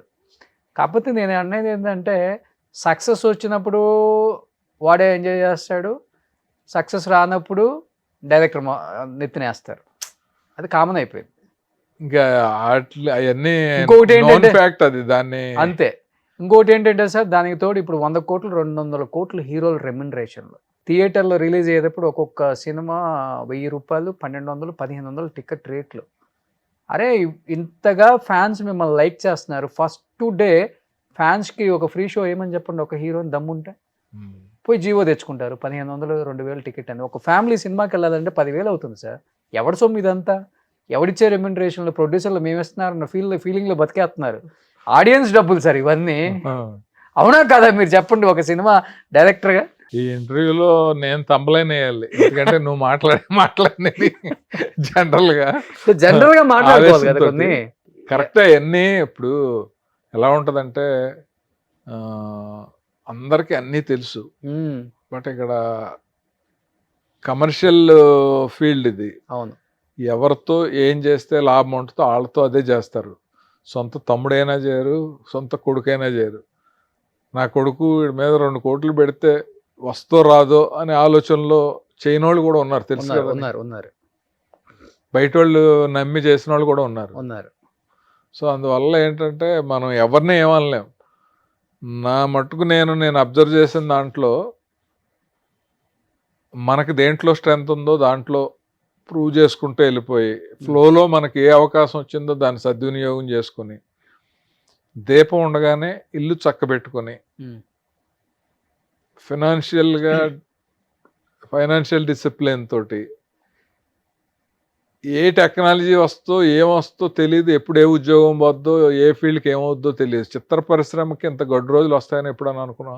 ఏమొచ్చింది అంతగా కష్టం? ఇప్పుడు ఏ థియేటర్ రావట్లేదు అంటున్నారు కదా. ఇప్పుడు ఎగ్జిబిటర్స్ కను ప్రొడ్యూసర్స్ కూడా ఫుల్ గొడవ. అది కర్రకి పాముకి అనే సామెత లాంటిది. ఎందుకంటే వాళ్ళదే కరెక్టే వీళ్ళదే కరెక్ట్ అనేట్టు ఉంటుంది. బాగా ఆడియన్స్కి బాగా మంచి క్వాలిటీ తోటి మంచి సినిమాలు తీస్తున్నాం మేము, ఈ టికెట్ రేట్లు చాలు అని ప్రొడ్యూసర్స్కి ఉంటుంది. వాళ్ళకేమో సింగిల్ థియేటర్స్ సఫర్ అయిపోతున్నారు, వాళ్ళకి మీకు వచ్చే లాభాల్లో కొంత ఇవ్వండి, పర్సంటేజ్ అయితే బెటర్ అని వీళ్ళు అంటూ ఉంటారు. ఇంక ఇదంతా మనం ఓ పట్టాన్ని తేలేదు కాదు. ఎందుకంటే ఇద్దరు సైడ్ న్యాయం ఉందని అంటే ఇంకా పెద్దలు ఎలా డిసైడ్ చేస్తారో అది చూసుకోవాలి తప్ప మనం ఇది కరెక్ట్ ఇది రాంగ్ అని చెప్పలేం. ఓకే, ఇప్పుడు మొన్న సునీల్ గారు కాను ఆ ప్రొడ్యూసరు నాగవంశీకి ఫుల్ ఫైట్ కదా సార్. అవును, డైలాగ్ వారు అంటే పెద్ద పెద్ద వాళ్ళే వాళ్ళు కొట్టుకుంటున్నారు. ఇప్పుడు ఇక్కడ వీళ్ళు ఎంజాయ్ చేస్తున్నారు. అంటే ఇప్పుడు ఎవరిది తప్పని నేను అడగను కానీ సార్, అది ఎంతవరకు తీసుకెళ్తుంది రేపు? అంటే రేపటి రోజున మీరు అన్నట్లుగానే సినిమా మారిపోయింది, వైడ్ రేంజ్లో ఆలోచిస్తున్నారు, మీరు అన్నట్లుగానే బడ్జెట్లు పెరిగిపోతున్నాయి. సో ఏదున్నా కానీ ఆ భారం అంతా పడేది ఆడియన్స్ మీదే పాపం. అదే అన్నిటికంటే కూడా పెద్ద సినిమాలు వదిలేస్తే చిన్న సినిమాలతో కంపేర్ చేసి ఓటీటీ అనేది డామినేట్ చేసింది. అవును, ఎందుకంటే ఒకప్పుడు ఒక వైడ్ స్క్రీన్లో సినిమా చూస్తే ఉండే తృప్తి, వెళ్తున్నాం అంటే ఉండే ఫీలింగు, వెళ్ళొచ్చాక ఉండే సాటిస్ఫాక్షన్ అదంతా వేరుగా ఉండేది. ఓకే, థియేటర్ నుంచి హాల్లోకి టీవీ రూపంలో మనకి సినిమా హాల్లోకి వచ్చాక కొంత తగ్గింది. అవును, ఇప్పుడు డైరెక్ట్ జేబులోకి వచ్చేసింది ఫోన్లో. ఇప్పుడు నేను ఎందుకు అన్ని వేలు ఖర్చు పెట్టి అన్ని పాప్కార్న్లు కొని ఫ్యామిలీని తీసుకుని అలా ఎందుకు వెళ్తాను నేను? సో తర్వాత ఓటీటీ డైరెక్ట్ థియేటర్ అయిపోయింది మనకి. అవును, ఫ్యామిలీ థియేటర్ అయిపోయింది. అవును, ఇది వరకు థియేటర్లో ఆడే వాటికి హీరోలు గట్ట ఇంట్లో స్క్రీన్ పెట్టుకుని ఆ ట్యూబ్ ఇంకోటో పెట్టి సినిమా బిఫోర్ రిలీజ్ ఎలా చూసేవారో అలాగే ఇప్పుడు ఓటీటీ ప్లాట్ఫామ్ అనేది ప్రతి ఇంట్లోనూ ఎందుకు వచ్చేస్తుంది కదా అన్నట్టు ఉంది. అవును సార్. ఇప్పుడు మరి థియేటర్కి అది ఎంత థ్రెట్ అది సార్. ఈ గేటెడ్ కమ్యూనిటీలో ఒక ఫ్లాట్ కొనే వాళ్ళు 3 బెడ్రూమ్లో ఒక బెడ్రూమ్లో ఒక 3-4 lakhs పెట్టుకొని మంచిగా థియేటర్ డిజైన్ చేసుకుంటున్నారు సార్. ఇప్పుడు లైఫ్ లాంగ్ యూజ్ అవుతుంది మనకి. అన్ని ఫ్యామిలీ అందరికి మంచి రిక్లైనర్స్ పెట్టుకుని హ్యాపీగా చూస్తున్నారు. సో ఇవన్నీ కూడా థియేటర్కి జనం రాకుండా ఉండటానికి థ్రెట్ అయ్యాయి. సో ఇలాంటి స్టేజ్లో థియేటర్ని ఎలా బతికించాలనేది ప్రతి వాళ్ళు ఆలోచించాలి. దానికి తమ వంతు కృషి నేనేది రెమ్యునరేషన్స్ తగ్గించుకుంటారా, బడ్జెట్లు తగ్గిస్తారా, లేకపోతే థియేటర్లో జీవో తీసుకొచ్చి ఇలా పర్సంటేజా, లేకపోతే ఆ పాప్కార్న్ రేట్లు తగ్గిస్తారు, ఏం చేస్తారో ఏం చేసినా సరే ఆడియన్స్ థియేటర్కి రావటానికి ఏం చేయాలో వీళ్ళు చేస్తే డైరెక్టర్లు, టెక్నీషియన్స్, మన రైటర్స్ వీళ్ళందరూ కూడా మంచి కంటెంట్ తోటి సినిమాలు చేసి, ఎందుకంటే కంటెంట్ ఉంటే అవును. ఇప్పుడు మన రాజువేడ్స్ రాంబాయి చూశారు, బలగం చూశారు, కోర్టు చూశారు, ప్రీ వెడ్డింగ్ షూట్ అనే సినిమా కూడా చూశారు. ఇలాగా బాగుంటే చూస్తున్నారు కదా. సో ఇండస్ట్రీ సైడ్ నుంచి కంటెంట్, గవర్నమెంట్ సైడ్ నుంచి కొంత, ఎగ్జిబిటర్స్, డిస్ట్రిబ్యూటర్స్ అందరూ కూర్చొని సమన్వయంగా ఏం చేస్తే బెటర్ అనేది చేస్తే డెఫినెట్గా థియేటర్స్ ఇంప్రూవ్ అవుతాయి. మీరు అన్నట్లుగానే రామానాయుడు స్టూడియోలో సురేష్ ప్రొడక్షన్స్ లో అన్ని సినిమాలు తీశారు మీరు. వాళ్ళకన్నా డబ్బున్న వాళ్ళు ఎవరు లేరు ఇండస్ట్రీలో. రామానాయుడు గారు కొన్ని వందల సినిమాలు తీశారు, అన్ని లాంగ్వేజ్లో తీశారు, నాట్ ఓన్లీ తెలుగు. అవును, ఒరియా, బెంగాలీ అటు కూడా తీసుకొచ్చారు ఆయన ప్రొడ్యూసర్గా. కొన్ని వేల కోట్లు ఉంటాయి ఆ సంస్థకి. కానీ అలాంటి సంస్థ సురేష్ ప్రొడక్షన్ కూడా ఇప్పుడు సినిమా, పెద్ద సినిమా, ఒక పాన్ ఇండియా మూవీ ప్రొడ్యూస్ చేయట్లేదు అంటే సురేష్ బాబు గారి మైండ్లో ఏముంది సార్ అసలుకి? నెక్స్ట్ జనరేషన్ వచ్చేసింది. ఆ. ఇప్పుడు రాణా ఇండస్ట్రీలో చాలా మందికి బాంబే ఫీల్డ్ కానీ అన్ని రిలేషన్స్ అన్ని అతనే కనెక్ట్ చేస్తున్నాడు. ఉమ్.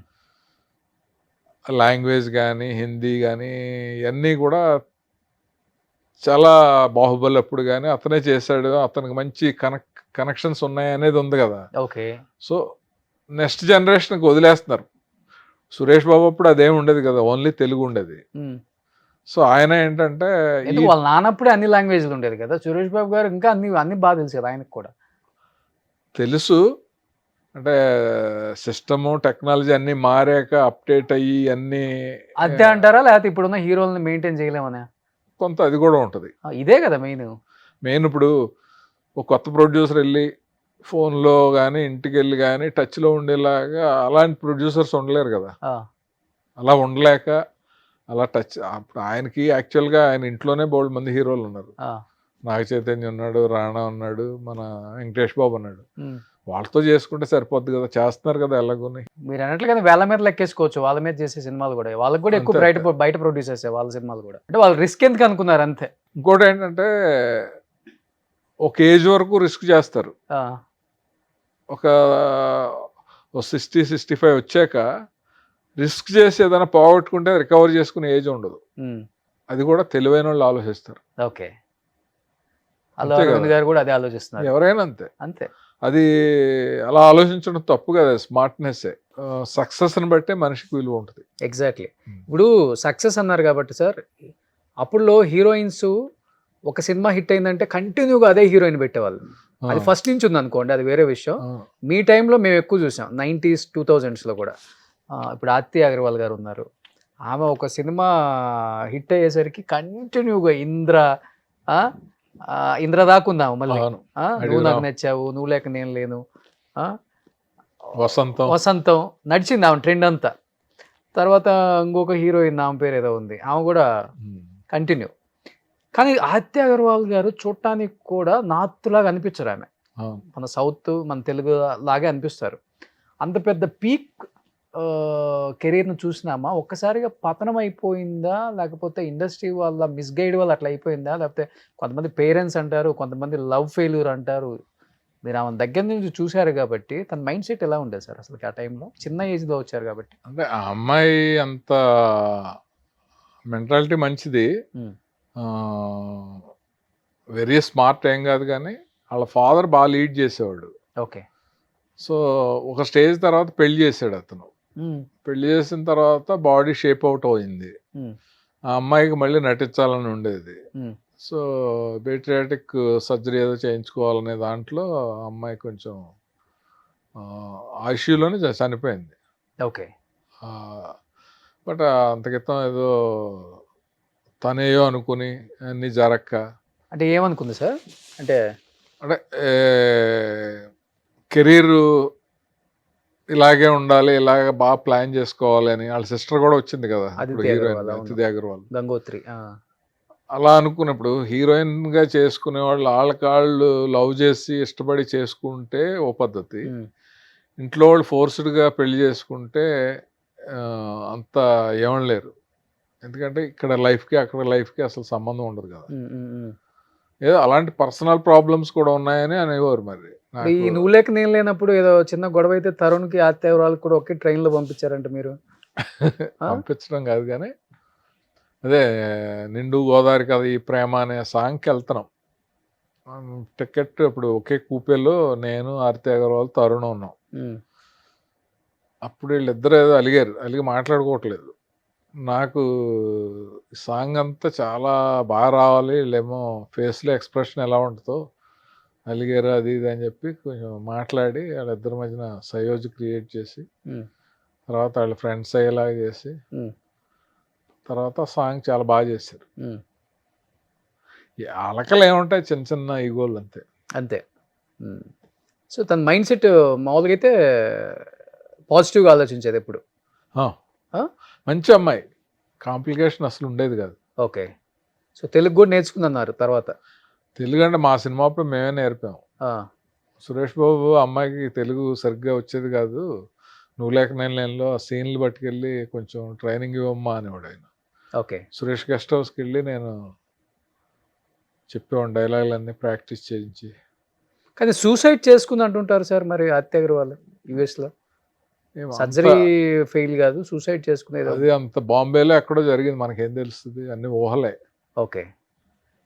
కానీ ఇలా మీరు అంటే ఇప్పుడు తర్వాత ఉదయ్ కిరణ్ కానీ ఎంతోమంది యంగ్ హీరోస్ కానీ హీరోయిన్స్ కానీ తర్వాత వాళ్ళ కెరీర్లో సక్సెస్ అవ్వక ఇలాంటి డిసిషన్స్ తీసుకున్నారంటారా, లేకపోతే పర్సనల్ రీజన్స్ వల్ల, ఫైనాన్షియల్ ప్రాబ్లమ్స్ వల్ల అలాంటి రీజన్స్ తీసుకొని అంటే లైఫ్ని 30-35 సంవత్సరాలలో అంటే చాలా చిన్న ఏజ్లో పీక్స్కి వెళ్ళిపోయి ఆ, అది లాంగ్ రన్ లేక మళ్ళీ ఫాల్ వచ్చి Hmm.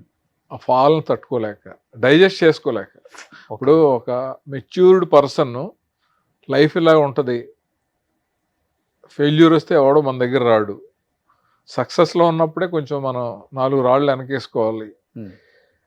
తర్వాత మన లైఫ్ మనం దర్జాగా కాల్ మీద కాల్ వేసుకుంటే ఎవడో మనం వచ్చినా రాపోయినా మనకేంటి అని ప్లాన్ చేసుకున్న వాళ్ళందరూ బాగానే ఉన్నారు ఫైనాన్షియల్గా. ఫినాన్షియల్గా. కానీ ఇప్పుడు హీరోలకి ఫినాన్షియల్గా ఉంటుంది, ఆ, ఆ ఫ్యాన్ ఫాలోయింగ్ కానీ లేకపోతే వాళ్ళకి ఇచ్చే రెస్పెక్ట్ కానీ వాళ్ళని ఫంక్షన్స్లో ట్రీట్ చేసే విధానం కానీ ఆ. ఇవన్నీ తేడాలు వచ్చేసేటప్పుడు తట్టుకోలేరు కదా. చెప్పాలంటే మహానటిలో జమినీ గణేష్ గారిని చూపిస్తారు అట్లనే, అంతే కదా. అంతే కదా. ఇప్పుడు ఆ. అది తట్టుకోలేక ఈ విడిపోయి ఇలాగ ఇవ్వలేక ఇలా బతకలేక అలాగా రాంగ్ డెసిషన్ తీసుకున్న వాళ్ళు కూడా ఉన్నారు మనలో. ఉమ్. అది అదేంటంటే వాళ్ళ మానసిక పరిస్థితిని మీద ఆధారపడి ఉంటుంది. ఉమ్. కానీ మీరు అన్నారు ఒక మాట, ఫైనాన్షియల్గా చాలా బాగా ప్లాన్ చేసుకోవాలి, ఇండస్ట్రీలో ఎప్పుడు సక్సెస్ అది ఉంటుందో నేను ఎందుకు చెప్తున్నానంటే చాలా చూస్తున్నారు కాబట్టి నేర్చుకున్నారు. చూస్తున్నారు. ఇప్పుడు మోహన్ బాబు, అది ఎవరో మురళీమోహన్ గారు కానీ శోభన్ బాబు గారు కానీ చంద్రమోహన్ గారు కానీ చెప్తూ ఉంటారు కదా, ఉన్నప్పుడు జాగ్రత్త పడాలని హీరోయిన్లకు కానీ తోటి ఆర్టిస్టులకు కానీ ఎవరికైనా. ఉమ్. మనిషిని నమ్మటం అనే దానికంటే కూడా వాళ్ళు చెప్పింది భూమిని నమ్మితే మనిషి బాగుంటాడు అనేది, అది ఫాలో అయితే ఎవరికైనా బాగుంటుంది. అర్థమైంది. అంటే రియల్ ఎస్టేట్, Hmm. రియల్ ఎస్టేట్లో చాలామంది చాలా బాగున్నారంటే రీజను భూమిని నమ్ముకోవటం కదా. ఓకే. అలా మీరు కూడా బాగా కొన్నారంట కదా, ఎక్కడికి వెళ్ళినా కానీ ఈ లైన్లో కాశీ గారిది ఒకటి ఉంది అంటారు. అది ఏ అపార్ట్మెంట్కి వెళ్ళి నేను ఇంటర్వ్యూలకి మీ ఆపోజిట్ది విశ్వనాథ్ గారిదే. అదేంటి పెద్ద విశ్వనాథ్ గారు బాగానే సంపాదించారు అనుకున్నాను. ఆయన కాదండి, ఇంకొక ఆయన ఉన్నారు కదా actor cum director, Kashi Vishwanath గారు. మరి అంత కాదు కానీ ఏదో చేసామో చేసినట్లు బాగానే ఉంది. ఒక 40-50 ఇల్లులు ఉన్నాయంట హైదరాబాద్లో. ఆ? చి, చి, చి. Madhapur, hitech city, Gachibowli, Manikonda. అంత ఎగ్జాగరేషన్. ఆ. సంతృప్తికరంగా ఉంది, ఉమ్. హ్యాపీగా. ఉమ్. అంటే నేను చెప్పాను కదా, మనం దేనికి లిమిట్ ఉండదు కదా. బేసిక్గా ఇండస్ట్రీకి రాకముందే నేను రీజనబుల్లీ వెల్ ఆఫ్ రోషన్, ఉమ్. నాకు అసలు ప్రాబ్లం లేదు. ఓకే. ఎందుకంటే నాకు బేసిక్గా బ్యాడ్ హ్యాబిట్స్ లేవు. ఉమ్. నాకు ఉన్న ఒకే ఒక హ్యాబిట్ అంటారు, ఏమంటారు, ఏంటంటే సాయం చేయటం అంటే ఇష్టం, చారిటీస్. ఓకే. ఎవరన్నా అది ఫ్రెండ్స్ కావచ్చు, ఎవరన్నా అడిగిన వాళ్ళకి ఎంతో కొంత. ఆ. అది మా డైరెక్టర్స్ అసోసియేషన్లో ఉన్నప్పుడు కూడా నన్ను బంపర్ మెజార్టీతో గెలిపించడానికి రీజన్ కూడా అదొకటి. ఓకే. ఎందుకంటే మాట సాయం, మనీ సాయం, నాతోటి డైరెక్ట్ చేసిన వాళ్ళకి సినిమాలకి వాళ్ళకి ఫ్లెక్సిబుల్గా ఉండటం, హెల్పింగ్ నేచర్ అనేది ఫస్ట్ నుంచి కూడా నాకు ఇష్టం. ఓకే. అలాగే డబ్బు విపరీతంగా సంపాదించాలి అనేది ఉండదు. ఉమ్. ఉమ్. ఉమ్. తర్వాత పోలిక అసలు ఉండదు వేరే వాళ్ళతో. అస్సలు. ఆడు ఆ పొజిషన్కి వెళ్ళాడు, నేను ఇక్కడే ఉన్నాను, అలా వెళ్ళాలి ఇలా వెళ్ళాలని అసలు మైండ్లో రాదు. ఇప్పుడు మీది రేంజ్ రోవర్ వాడే రేంజ్ ఇప్పుడు ఏం వాడుతున్నారు మరి? కార్లు అదే నేను అదే చెప్తున్నాను ఏమంటుంది కదా. నార్మల్ గా అయితే ఆ రేంజ్ మీకు ఉంది మాకు తెలుసు అది అదేం అది కాదు. కొనాలని ఎప్పుడు అనుకోరు అంతేనా? అంటే వాటి మీద నాకు అంత నమ్మకం ఉండదు, అంత ఆసక్తి ఉండదు. కార్ల మీద range. నాకు ఎలా ఉంటది అంటే ఏదైనా ఒకటి వాడుతూ ఉంటే చాలా మంది అది అమ్మేసి వెంటనే మళ్ళీ కొత్తది మార్చేసి ఇంకొత్తది వస్తే ఇంకోటి మార్చేస్తారు అంటారు కదా, నాకు అలా ఉండదు. స్టేటస్ చూపించుకోవాలి కదా మరి. అది అది ఉంటది, మన హైదరాబాద్ లో ఎక్కువ చచ్చింది అది ఇప్పుడు. అది ఉంటది. నేను అది మనకు చాలా సర్వీస్ చేసింది కదా, ఆ కార్ని ఎలా అమ్మేస్తాం, ఆ సూపర్ కార్ని ఎలా చేసేస్తాం అని నన్ను అందరూ తిట్టి అవసరం అయితే ఇంకా ఏమ్మా అదే తిరుగుతున్నాం ఏంటని తిట్టే రేంజ్ వచ్చినా కూడా నేను పట్టించుకోకుండా ఉన్న కార్లు ఉన్నాయి. నా ఫస్ట్ స్కూటర్ కూడా నేను అమ్మలేదు, ఇప్పుడు కూడా ఉందా? ఊర్లో ఉండేది, ఆ, అది ఎవరో వాడతానంటే వాడుకోమన్నా. ఆ. అంటే బేసిక్ గా సెంటిమెంట్ అనేది ఉంటది కదా. ఇంకా ఇప్పుడు ఫస్ట్ ఏ కార్ కొన్నారు? ఫస్ట్ శాంత్రం అనుకుంటా, ఫస్ట్ శాంట్రో. ఇంకా తర్వాత ఏదో వెర్నా, అలా ఇంకా అవన్నీ ఎందుకు కానీ సో ఈ నాకు బేసిక్ గా లగ్జరీ వెహికల్స్ జోలికి వెళ్ళాల. లగ్జరీ అనే దాని మీద పెద్ద అంత ఆసక్తి ఉండదు. ఎందుకు ఉండదు అని అంటే ఇప్పుడు రీజనబుల్ మిడిల్ క్లాస్ ఫ్యామిలీ నుంచి వచ్చి తర్వాత మొత్తం అన్ని చూసేయిన తర్వాత ఏముంటది, ఓ వెళ్ళిపోవాలి, అది చేసేయాలి ఇది చేసేయాలి అనేది కూడా ఉండదు. ఓకే, హ్యాపీగా ఉండాలి, సంతృప్తిగా ఉండాలి, వీలున్నంతలో సాయం చేయాలి, ప్లెజెంట్గా ఉండాలి. పలానా కాశీ ఎప్పుడు చూసినా ఒకలాగే ఉంటాడు అనేలా ఉండాలి. ఇప్పుడు ఎవరెందుకు, ఉదాహరణకి నువ్వు ఫస్ట్ ఇంటర్వ్యూ మనం ఎక్కడో చేసాం, అప్పటికిప్పటికి నాలో ఏమైనా మార్పు ఉందా? ఏం లేదు. అది అది కోరుకుంటాను నేను, ఎందుకంటే మనం మనంగా ఉండాలి, ఓకే, మనలో మార్పు అనేది రాకూడదు. అలాగే ఇప్పుడు ఎదటోళ్ళలో ఉందనుకో, మనం ఓహో తనలో అలా ఉందా అని మనం దూరంగా ఉంటాం తప్ప అతను అలా ఉన్నాడు ఏంటి అని బాధపడడం కూడా ఉండదు. ఇప్పుడు మీరు నార్మల్ హీరోలుగా లైఫ్ స్టార్ట్ చేసిన చాలా మందిని హీరోస్ని చూశారు. వాళ్ళ సినిమాలలో కూడా ఒక ఫాదరో బాబాయో అన్నో వేషం వేశారు. ఎన్నో సినిమాలు, ప్రభాస్ కావచ్చు, అందరు పెద్ద పెద్ద హీరోలు. ఇప్పుడు వాళ్ళు pan India pan world stars అయ్యారు కదా. ఎలా ఉండేది అప్పటికి ఇప్పటికి వాళ్ళ మధ్య డిఫరెన్స్? ప్రభాస్ అంటే ఏమని చెప్తారు? మిర్చి time, darling time. Only Prabhas గురించి నువ్వు అడిగావు కాబట్టి, ఆయన సినిమాలను బట్టి రేంజ్ని బట్టి అసలు మనిషి మారడు. ఆయన చాలా మంచోడు. జనరల్గా అందరూ చెప్తారు కదా, సినిమా ఇప్పుడు ఒక్కొక్క వ్యక్తికి అనూహ్యంగా విజయాలు వచ్చేయచ్చు, అనూహ్యంగా స్టార్డమ్ వచ్చేయచ్చు, ఎక్కడికి వెళ్ళిపోవచ్చు. ఓకే, కొంతమంది మారొచ్చేమో కానీ కొంతమంది మారరు. ఇప్పుడు తనైతే మారినట్టు నేను ఎక్కడ వినలేదు కూడా. బాగా మాట్లాడతాడు, అందరితోటి చాలా అందరికీ సాయం చేస్తూ ఉంటాడు, అందరికీ మంచి ఫుడ్ పెడతా ఉంటాడు, ఫ్యామిలీని బాగా చూసుకుంటూ ఉంటాడు. ఇప్పుడు కృష్ణరాజు గారు లేడు, వాళ్ళ ఫ్యామిలీని ఎంత అండగా ఉంటాడు, వాళ్ళ బ్రదర్కి ఎంత ఇదిగా ఉంటాడు. ఒక పెద్దనాన్నగారు పోతే 10 కోట్లు ఖర్చు పెట్టి భోజనాలు పెట్టిన వాళ్ళు ఎవరైనా ఉన్నారా? లేరు. మరి అవన్నీ ఎన్నో ఊర్లు వచ్చినాయి అంట ఆ రోజు. అవన్నీ క్వాలిటీస్ అలా ఉంటాయి. 10 కోట్లు 14 కోట్లు అయిందన్నారు నిజంగానే భోజనాలకే. పెద్ద హీరోలు ఎవ్వరు స్టాండర్డ్గా ఇప్పుడు బాగా మంచి పేరున్న హీరోలు ఎవ్వరు కూడా ఎగిరెగిరి పడరు. కాకపోతే కాంపౌండ్ లో కొంచెం వీళ్ళు ఎక్కువ, అంటే మేనేజర్స్, పిఆర్ ఎక్కువ చేశారు, దూరం పెంచేశారు. ఇప్పుడు వాళ్ళు చేసే అడావుడు తప్ప. ఎందుకు ఏదో ఇంటర్వ్యూలో చిరంజీవి గారు టూత్ పేస్ట్ కూడా వేస్ట్ అవ్వకూడదని లాస్ట్ దీని వరకు కూడా నేను జాగ్రత్తగా ఉంటాను, ఇళ్లలో లైట్లు అన్ని ఆర్పేస్తారని. అవునవునవును, విజయ్ దేవరకొండను ఆయన ఇద్దరు చేసినప్పుడు అవును, అది క్యారెక్టర్ని చూపిస్తుంది కదా. బాలయ్యబాబుకి ఏ ఫుడ్ పెట్టినా తింటాడు ఆయన. వాళ్ళ జనరేషన్ వరకు బాగుంది సార్. నెక్స్ట్ వచ్చిన జనరేషన్కి ఏంటంటే వాళ్ళు మంచోళ్ళే కాదని చెప్పట్లా, వాళ్ళ చుట్టూ కొంతమంది చేరారు కదా, వాళ్ళు మటుకు ఎప్పుడైనా సరే హీరో కూడా అంత బిల్డప్ ఇయ్యాడు సార్. ఇప్పుడు మీరున్నారు, ప్రభాస్ గారినో ఒక జూనియర్ ఎన్టీఆర్ గారినో కలిసే యాక్సెస్ ఉందా మీకు? ఎవరికి ఉండదు, ఎవరికి ఉండదు. అది చెప్తున్నా, అదే అంటున్నాను. అది దాన్ని ఏమంటారంటే కోటరీ అంటారు. అది సక్సెస్ వచ్చినప్పుడు ఫామ్ అయిపోద్ది. ఆ కోటరీలో ఉండిపోయి బయట ప్రపంచాన్ని తెలియని వాళ్ళేమో చాలా మిస్ అవుతారు. అవును, తెలుసుకున్న వాళ్ళు చాలా హ్యాపీగా ఉంటారు. సార్ వీళ్ళు సినిమా హీరోలు సార్, ఈ క్వార్టరీ వల్ల పెద్ద పెద్ద కోటలే కూలిపోయినాయి సార్. అవును. ఆఫ్టర్ ఆల్ మనమెంత అవును. అంత పెద్ద పెద్ద రాజకీయ నాయకులే డిపాజిట్లు లేకుండా ఓడిపోయి అవును. ఖాళీగా కూర్చోంటున్నారు రాష్ట్రాలు వెళ్ళిన ముఖ్యమంత్రులు. అవును. ఆ? అవును. ఎంతమందిని చూడలేదు సార్. ఈ ఏంటో లేదు సార్, మీరు అన్నట్లుగానే క్వార్టరీ వచ్చిన తర్వాత హీరోలకి ఫ్యాన్స్కి లేకపోతే కొంతమంది క్యారెక్టర్ ఆర్టిస్టులకి చాలా చాలా చాలా చాలా చాలా చాలా గ్యాప్ వచ్చేసింది.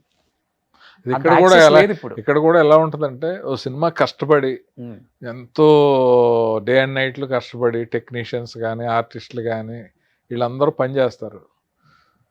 ప్రివ్యూ వేస్తుంటే ఆ గేట్ గార్డ్ ఉండేవాడికి ఉంటుంది పవర్. ఉమ్. ఆడు ఎవరిని పంపిస్తే ఎవరిని వాళ్ళే పంపిస్తే లోనికి వాడు, అవును. అలా ఉంటుంది ఇండస్ట్రీలో. ఇప్పుడు వీళ్ళ చుట్టూ ఉండే ఆ బౌన్సర్లు, ఆడికి వీళ్ళకి ఏం సంబంధమో తెలియదు. లేకపోతే మేనేజర్లు, లేకపోతే సెక్రటరీలు ఇలా ఉంటారు కదా. ఉమ్, ఉమ్. అది ఏంటంటే స్టాండర్డ్గా ఉండదు అది. అంటే నేను అంటే తప్పు అక్కడ ఉన్న అదే మేనేజర్ ఖాళీ అయిపోయి బయటకు వచ్చాక ఆయన పట్టించుకునేవాడు ఒక్కడు కూడా ఉండడు. అవును. ఇప్పుడు కొంతమంది రాజకీయ నాయకులు ఉంటారు, వాళ్ళు సపరేట్గా వాళ్ళు వస్తున్నప్పుడు వాళ్ళకి సపరేట్ చైర్ వేసినప్పుడు చాలా మంది రాజకీయ నాయకులు అవాయిడ్ చేసినవి ఉన్నాయి, మనం చూసాం. తీసేయండి, నార్మల్గా అందరితో పాటు నాకు వేయండి, వాళ్ళతో పాటు కూర్చుంటానని వాళ్ళని కూడా చూసాం.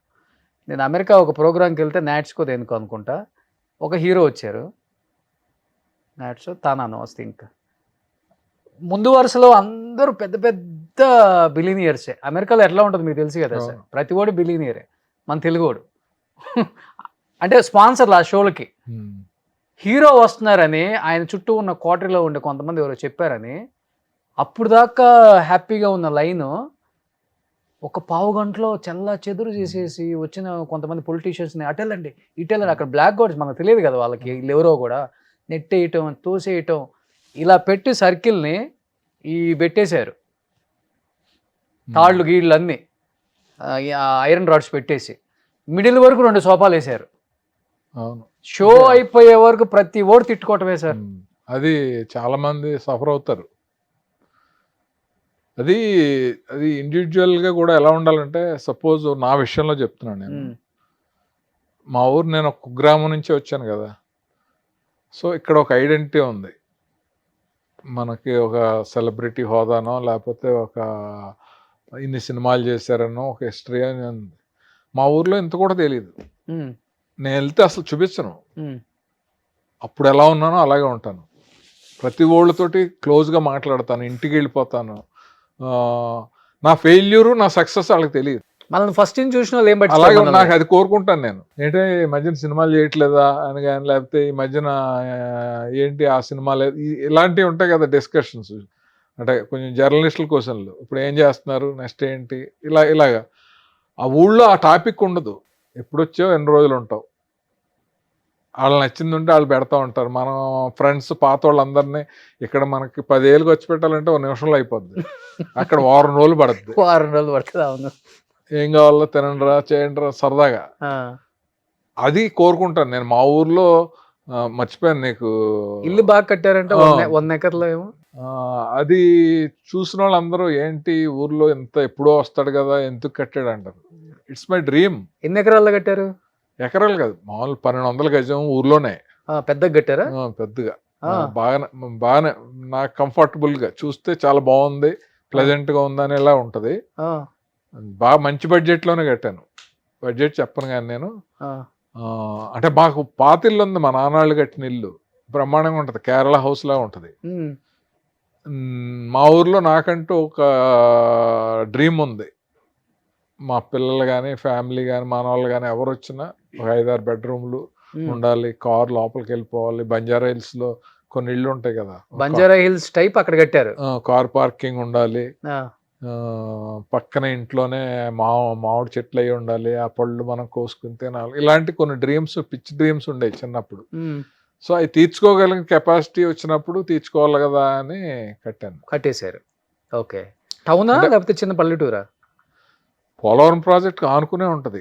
ఇప్పుడు మామూలు మా ఊర్లో నిజంగా నువ్వు హోమ్ టూర్ చేస్తే అసలు ఎన్ని మంచి విషయాలు ఉన్నాయి. ఓ Polavaram project, Mahandeshwara Swamy temple, 1000 acres lake, elephant hills, ఇప్పుడు టూరిజం పెద్ద హబ్ అయిపోతుంది అక్కడ.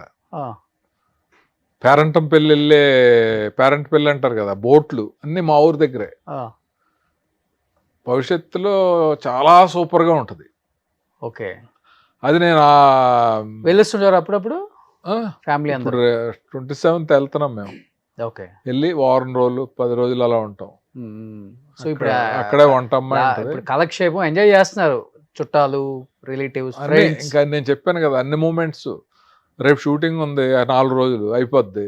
అయింది మన్నాడే బయలుదేరి వెళ్తున్నాము. అక్కడ మా మామగారు ఊర్లో కొండేపూడి అని ఉంది, జాతర చాలా బాగా చేస్తారు. 12 ఏళ్ళకి ఒకసారి వస్తుంది. ఓకే, వాళ్ళందరూ ఇన్వైట్ చేశారు. అక్కడ సరదాగా గడుపుతాం, అందరం కలిసి వెళ్తాం. మళ్ళీ 3వ తారీఖు షూటింగ్ ఉంది. 1వ తారీఖున బయలుదేరి వచ్చేస్తాం. లవ్ మ్యారేజ్ మీది? లేదు అరేంజ్డా? సో సినిమా వ్యక్తి అని తెలిసినా పెళ్లి చేసుకున్నారా లేకపోతే? అదే మా మామగారు సినిమా వాళ్ళకి పిల్లలు ఇవ్వరు కదా అప్పుడు ఎవరు, కానీ నా గురించి మంచి రికార్డు ఉండేది. నీకు తెలియదు కానీ నాకు ఇండస్ట్రీలోనే 12 సంబంధాలు వచ్చినాయి. పెద్ద పెద్ద హీరోయిన్సా? హీరోయిన్స్ కాదు, ఎవరో ఒక డైరెక్టర్ మరదలని, లేకపోతే ఒక కెమెరామెన్ వాళ్ళ సిస్టర్ అని. అంటే కుర్రాడు బాగానే ఉన్నాడు, బ్యాడ్ హ్యాబిట్స్ లేవు, చేద్దాం అనే టైప్లో ఉంటారు కదా. బట్ నేను మా అమ్మ నాన్న వాళ్ళు చూసిన మ్యాచ్నే చేసుకుందాం, మన ఏరియా అమ్మాయిని చేసుకుందాం అని అక్కడ అమ్మాయిని చేసుకుందాం. 12 సంబంధాలకు వెళ్ళారా చూడటానికి? ఓన్లీ ప్రపోజల్స్ వచ్చినాయా? అడుగుతూ ఉండేవారు ఇండస్ట్రీ వాళ్ళు. అంటే లేదు మా వాళ్ళు ఏదో చూస్తున్నారని చెప్పి స్మూత్గా. నాకు అప్పుడు ఇండస్ట్రీలో చేసుకుందాం అనే ఉద్దేశం ఉండేది కదా. Okay okay, but me wife accept చేశారండి? ఇండస్ట్రీ అనగానే చాలా క్వశ్చన్స్ ఉంటాయి కదా పాపం వాళ్ళకి. యాక్సెప్ట్ అంటే వాళ్ళ ఇంటి ఆపోజిట్లో ఉండే అతను మా ఊరు అల్లుడు. అతను నా గురించి చాలా బాగా చెప్పాడు. మంచి కుర్రాడు, ఏ అలవాట్లు లేవు, బీకామ్ చదివాడు, మీకు సినిమా ఫీల్డ్లో గొడవ లేకుండా కూడా ఊర్లో 15 ఎకరాల పొలం ఉంది, మంచి ఇల్లు ఉంది, మంచి ఫ్యామిలీ అని ఏదో ఆయన కన్విన్స్ చేయటం అలా. తర్వాత ఫీల్డ్కి వచ్చి మనం కూడా రీజనబుల్గా సెట్ అవటం అంత మన వల్ల. మా మామగారు చాలా ఒక సన్లా చూస్తాడు నన్ను. బ్రాహ్మిన్సే సార్ మీరు? కాదు చౌదరీస్. ఓకే, మేము కానీ చాలా మంది బ్రాహ్మిన్స్ అనుకునేవాళ్ళు కదా మిమ్మల్ని? నన్ను అనుకునేవారు. అంటే నేను ఎక్కువ బ్రాహ్మిన్స్తో టచ్లో ఉండేవాడిని. అంటే ఆదుత్స్ హరి గారు, సత్యానంద్ గారు, వేటూరు గారు, ఇలాగా అప్పలాచారి గారు. ఆ టైంలో నా పేరు కూడా కాశీ విశ్వనాథ్, కాశీ అనేవారు. కొంచెం కలరు, మాట్లాడే విధానం, మాది ఈస్ట్ గోదావరి అయినా సరే ఆ స్లాంగ్ ఉండదు నాకు. ఓకే, అందువల్ల చాలా మంది అలా అనుకునేవారు. ఒక ఇన్సిడెంట్ చెప్తే చాలా ఫన్నీగా ఉంటుంది. చెప్పండి. ఒక అతను మ్యూజిక్ డైరెక్టర్ అవ్వాల్సినాడు. రోజు సిట్టింగ్ అయిపోయాక భోజనం చేశాక నా భుజం మీద అలా చేసుకుని నడుచుకుంటా, కాశీ ఈ కమ్మాళ్ళు మన బ్రాహ్మిన్స్ని తొక్కేస్తున్నారు, నువ్వు డైరెక్టర్ అయ్యాక నాకు ఛాన్స్ ఇవ్వాలి అని డైరెక్ట్గా నాతోటే అన్నాడు.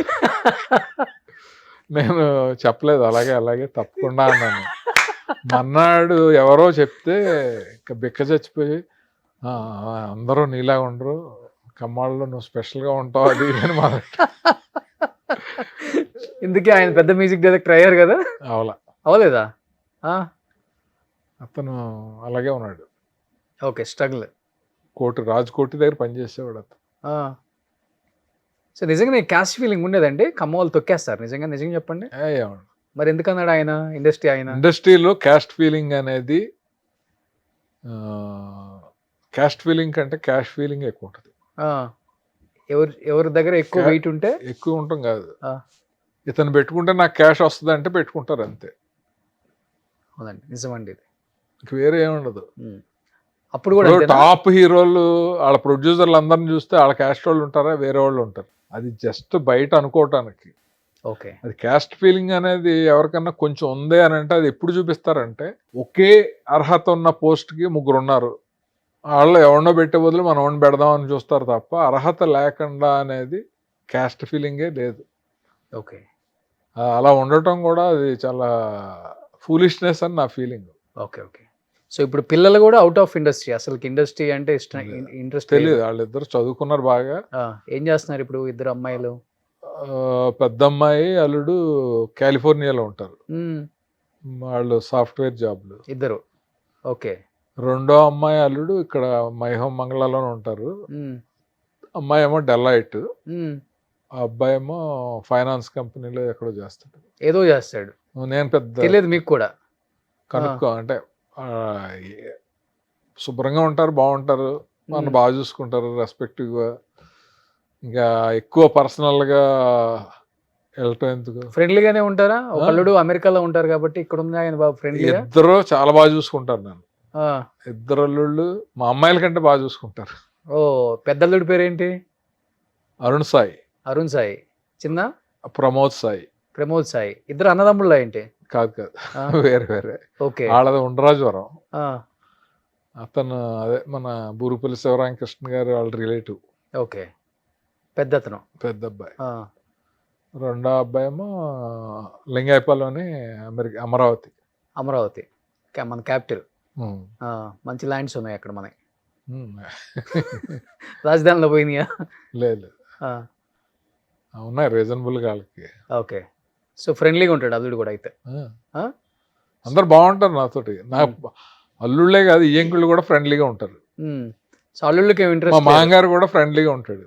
అంటే ఏదైనా సరే మన బట్టి ఉంటుంది రోషన్. అంతే అంతే. మనం వాళ్ళతోటి ఆ చనువు ఇచ్చి ఆ ప్రేమ అది పొందితే ఎవరైనా బాగానే ఉంటారు. కానీ ఇంతకుముందు సంవత్సరానికి డజన్ సినిమాలు చేసేవాళ్ళు మీరు. ఏంటి అసలుకి? అంటే పాన్ ఇండియా పాన్ వరల్డ్ వచ్చిన తర్వాత తెలుగు వాళ్ళ అవసరం లేదనిపించిందా డైరెక్టర్లకి ప్రొడ్యూసర్లకి, లేకపోతే సినిమాలు తగ్గిపోయింది ఓవరాల్గా? అంటే అప్పుడు 10 సినిమాలు చేస్తే ఎంత డబ్బు వస్తుందో ఇప్పుడు ఒక సినిమా చేసినా అంత డబ్బు వస్తుంది. ఇస్తున్నారా? ఎందుకు వస్తుంది కదా వాళ్ళకి. క్యారెక్టర్లు చేసే వాళ్ళకి కూడా. అందరికీ కూడా. ఆ. ఇప్పుడు మీ హైయెస్ట్ రెమ్యునరేషన్ ఎంత సార్ పర్ డేకి? ఎవరిది? మీది 1 లక్ష ఉంటుందా? ఎందుకంటే ఇప్పుడు మామూలుగా 1 లక్ష ఓపెన్గా నాది ఎలా ఉంటుందంటే రోషన్, నేను యాక్టర్ అయింది యాక్సిడెంటల్గా అయ్యాను. డైరెక్టర్ అవుదామని వచ్చి నాకు డైరెక్టర్స్ కష్టసుఖాలు తెలుసు. అందువల్ల నేను మేనేజర్ని కూడా పెట్టుకోకుండా 3 కేటగిరీలుగా చేసి క్యారెక్టర్ కోసం సినిమా చేద్దాం అనిపించే సినిమాలు కొన్ని చేశాను. ఓకే. కేవలం డబ్బులు బాగా ఇస్తున్నారని సినిమాలు చేద్దాం, వాళ్ళు ఎవరో నాకు తెలియదు, సెంటిమెంట్ ఏం లేదు, కొత్త వాళ్ళు నేను అనుకున్న డబ్బు, నా ఫెసిలిటీస్ నాకు ఇలా ఇస్తే చేద్దాం అన్న చేసాం. కొన్ని మనుషుల కోసం చేసాం. ఇప్పుడు రోషన్ నాకు ఎప్పటి నుంచో ఫ్రెండ్, అతను సినిమా తీస్తున్నాడు, వచ్చి అడిగితే రెమ్యునరేషన్ ఎంత, అదేంటి ఇదేంటి అని లేకుండా చేసాను. వాళ్ళు నా గౌరవం తగ్గకుండా వాళ్ళు ఇచ్చుంటారు. సో అందువల్ల నేను ఫ్లెక్సిబుల్గా సినిమాలు చేసినప్పుడు 250 సినిమాలు అలాగే చేశాను. అందువల్ల ఎక్కడ మనకి చిన్న ఆయన యాక్టర్ అయ్యాక అసలు నాకు హెల్ప్ చేయలేదు, నేను క్యారెక్టర్ కోసం వెళ్తే ఇలా చేశాడు అనేది ఇంత కూడా నెగిటివ్ ఉండదు. ఓకే. ఎంతోమంది డైరెక్టర్లు మేము వెళ్ళినప్పుడు హెల్ప్ చేశాడు, కొన్ని అయితే డబ్బులు తీసుకోకుండా కూడా చేశాను. ఓకే. అదే ఖాళీగా ఉంటే ఏమొస్తుంది? కాలక్షేపం. ఖాళీగా ఉంటాం కాదు, మనిషికి చేయాలని చేసాం అంతే. అదే 2 ఉంటాయి కదా. ఖాళీగా బోల్డ్ పని ఉంటుంది. కాదు బిజినెస్లు కాదమ్మా, లైఫ్లో చాలా మంది ఖాళీ అంటారు. ఖాళీ అనేది ఒక ఏజ్ వచ్చిన తర్వాత అంతే కదా సార్. కాదు, ఏ ఏజ్ వచ్చినా సరే కమర్షియల్ యాంగిల్లో నువ్వు ఆలోచించి ఖాళీ బిజీ అనుకుంటున్నావు కదా. ఒక మనిషికి ఎంజాయ్ చేయాలంటే ఎన్ని మూమెంట్స్ ఉంటాయి. ఓ ట్రిప్కి వెళ్ళలేమా? అదేలే. ఒక రిలేటివ్స్ దగ్గరికి వెళ్ళలేమా? మన సొంత ఊరు వెళ్ళలేమా? లేకపోతే ఇప్పుడు మొన్న నేను మెడ్రాస్ వెళ్ళాను. ఎలా ఉంది ఇప్పుడు? అదే చెప్తున్నాను, అన్ని అభివృద్ధి, అవసరాలు, అమ్మకాలు పేరుతోటి మొత్తం మారిపోయినాయి. నేను వెళ్ళి నా ఫస్ట్ టైం నేను రూమ్లో ఉన్న చోటకి వెళ్ళి నేను ఆంధ్ర క్లబ్లో దిగాను టీనగర్లో. ఎర్లీ మార్నింగ్ లేచాను, మా వైఫ్ వాళ్ళు తను పడుకుని ఏదో యోగా చేసుకుంటుంది. నేను బయటకు వచ్చి కృష్ణ గారు పద్మాలయ స్టూడియో ఎలా ఉండేది, మురళీమోహన్ గారు ఫస్ట్ ఎలా ఉండేది, పక్కనే దేవి థియేటర్ ఎలా ఉండేది, చిరంజీవి గారు వాళ్ళు అద్దెకున్న రూమ్ ఎలా ఉండేది, అవన్నీ నాకు అప్పుడు తెలుసు. ప్రతి చోటకి వెళ్ళి సరదాగా ఒక సెల్ఫీ తీసుకుని నేను ఫస్ట్ టైం ఉన్న రూము నేను సెకండ్ టైం ఉన్న రూము, ఉమ్, నేను పనిచేసిన రాజ్యలక్ష్మి మిద్దె రామారావు ఆఫీసు, శ్రీదేవి అప్పుడు పైన ఉండేది. ఉమ్. ఆ వీధిలోనే కృష్ణ గారు, ఓ, విజయనగరం మీరు గారు. శ్రీదేవి గారు అద్దెకి పైన కాదు కింద? కాదు, అంతకు ముందు శ్రీదేవి ఉండేది. ఆ, దాని తర్వాత మిద్దె రామారావు గారు ఆ ఇల్లు రెంట్కి తీసుకుని సినిమాలు చేస్తూ ఉంటే రామారావు ఆఫీస్లో నేను కో డైరెక్టర్గా ఉండేవాడిని. ఓకే. సో పెరియార్ రోడ్డు, ఆ, నేను తిన్న గంగా హోటల్, ఆ, ఇలాగా మంచి నాస్టాలజియా మూమెంట్స్ ఉంటాయి కదా. ఆ, సత్యానంద్ గారు అపార్ట్మెంట్, ఆ, ఆయన దగ్గర నేను చాలా సినిమాలు స్క్రిప్ట్ రాసి ఉన్నప్పుడు ఓకే. అవన్నీ సెల్ఫీలు తీసుకుని ఉమ్. నేను చాలా హ్యాపీ ఫీల్ అయ్యి వచ్చాను. నేను ఓ సూపర్. అంటే ఎన్నో ఉంటాయి అంటున్నాను నేను. ఖాళీ అనేది ఇంట్లో అలా కూర్చుని అలా ఉండాల్సిన అవసరం నేను లేదు. చెన్నై షూట్లకు వెళ్తే ఎర్లీ మార్నింగ్ 6కి వాకింగ్ లేస్తాను కదా సార్. శ్రీదేవి గారి ఇల్లు, విజయశాంతి గారి ఇల్లు, వాణిశ్రీ గారి ఇల్లు, ఆ, దేవిక గారి ఇల్లు, ఆ, రాజశ్రీ గారి ఇల్లు. రాజశ్రీ గారిది ఒక స్ట్రీటే ఉండేది. అవును. ఆ, ఆ షావుకార్ వీధిలోనే జానకి గారి ఇల్లు, రాజశ్రీ గారి వీధిలోనే కృష్ణ గారు, విజయనగరం గారు, చిరంజీవి గారు చిరంజీవి గారి ఇల్లు. అవును, అవును. పాతిల్లు ఉండేది. నేను కొంచెం యువతల వీధిలో విజయశాంతి గారి ఇల్లు విజయశాంతి గారు అవతల. అవతల. ఆ, అట్లా జమున్ గారిది, ఎస్వి రంగారావు గారిది. అవును, ఆ, అబీబుల్లా రోడ్ లో ఉండేది. అవును, నేను మొన్న సావిత్రి గారిది. నేను మొన్న వెళ్ళినప్పుడు నేను ఫస్ట్ టైం ఇల్లు అలా గోడలు టచ్ చేసామండి. ఏం చేయను, ఊరికి ఫీల్. అది మనకు ఫీల్ అంతే. అదే చెప్తాను నేను. ఒక చిన్న ఎక్స్పీరియన్స్ చెప్తాను నేను. గంగా హోటల్ అని హోటల్ ఉంది. ఆ రోజుల్లో డబ్బులు తక్కువగా ఉండే కదా. ప్లేట్ ఇడ్లీ సాంబార్ అని తినేసేవాళ్ళం. అప్పుడు ఒక అతను అదేదో గాణమర్రు అంటారు కదా, ఒక అతను ఉండేవాడు. మొన్న లాస్ట్ టైం వెళ్ళినప్పుడు సేమ్ అక్కడికి వెళ్ళి ప్లేట్ ఇడ్లీ సాంబార్ అడిగాను. ఆడు నన్ను గుర్తుపట్టలేదు. అప్పుడైతే గుర్తుపట్టేవాడు. తిన్నాక 200 ఇచ్చాను. ఇస్తే 45 ఎంతో అయింది. 150 రూపాయలు టిప్ ఇచ్చేసాను. ఆడు షాక్ అయిపోయాడు. సార్ మరింది పోరింగ్లా పణం అంటే, లేదు ఇచ్చుకో అన్నారు. అతను అప్పుడు అమ్మే అతను ఇప్పుడు ఉన్నాడా? ఉన్నాడు. ఆడికి అప్పుడు దగ్గరికి వచ్చి చెప్తే ఆడు ఫీల్ అయ్యాడు. ఇలా పట్టేసుకున్నాడు నేను. అప్పుడు 10 పైసలు 20 పైసలు ఇస్తూ ఉండేవాళ్ళం ఆ టైంలో. 50 రూపాయల బిల్లుకి 150 రూపాయలు టిప్ అంటే ఆడికి షాక్ అవుతాడు కదా. సో అలాంటివన్నీ ఇష్టం నాకు. సో ఎంజాయ్ చేసి వచ్చారు మధ్య చెన్నై వెళ్ళి? చేసాం 2 రోజులు. అంటే అరుణాచలం ట్రిప్కి వెళ్ళాము మా వైఫ్ నేనుని. ఎలా ఒక రోజు మద్రాసులో ఉండి మొత్తం అన్ని చూడాలని చెప్పి. Super great. అలా కొంతమంది వెళ్ళే హీరోస్ కూడా ఉన్నారు ఇప్పటికి కూడా. ఎందుకుంటారు, ప్రతి వాళ్ళు ఉంటారు. చాలా పెద్దోళ్ళలో ఈ ఫీలింగ్స్ అన్నీ ఉంటాయి. ఉంటాయి సార్, డెఫినెట్గా ఉంటాయి. ఇప్పుడు ఖాళీగా ఉన్నప్పుడు ప్రతి వాళ్ళు ఖాళీ అనేది లేకుండా ఎవరు ఉండరు కదా. వంట చేయటంలో ఇంట్రెస్ట్గా ఉన్నవాళ్ళు బోల్డ్ మంది హీరోలు ఉన్నారు. అవును, నాకు కూడా సరదా.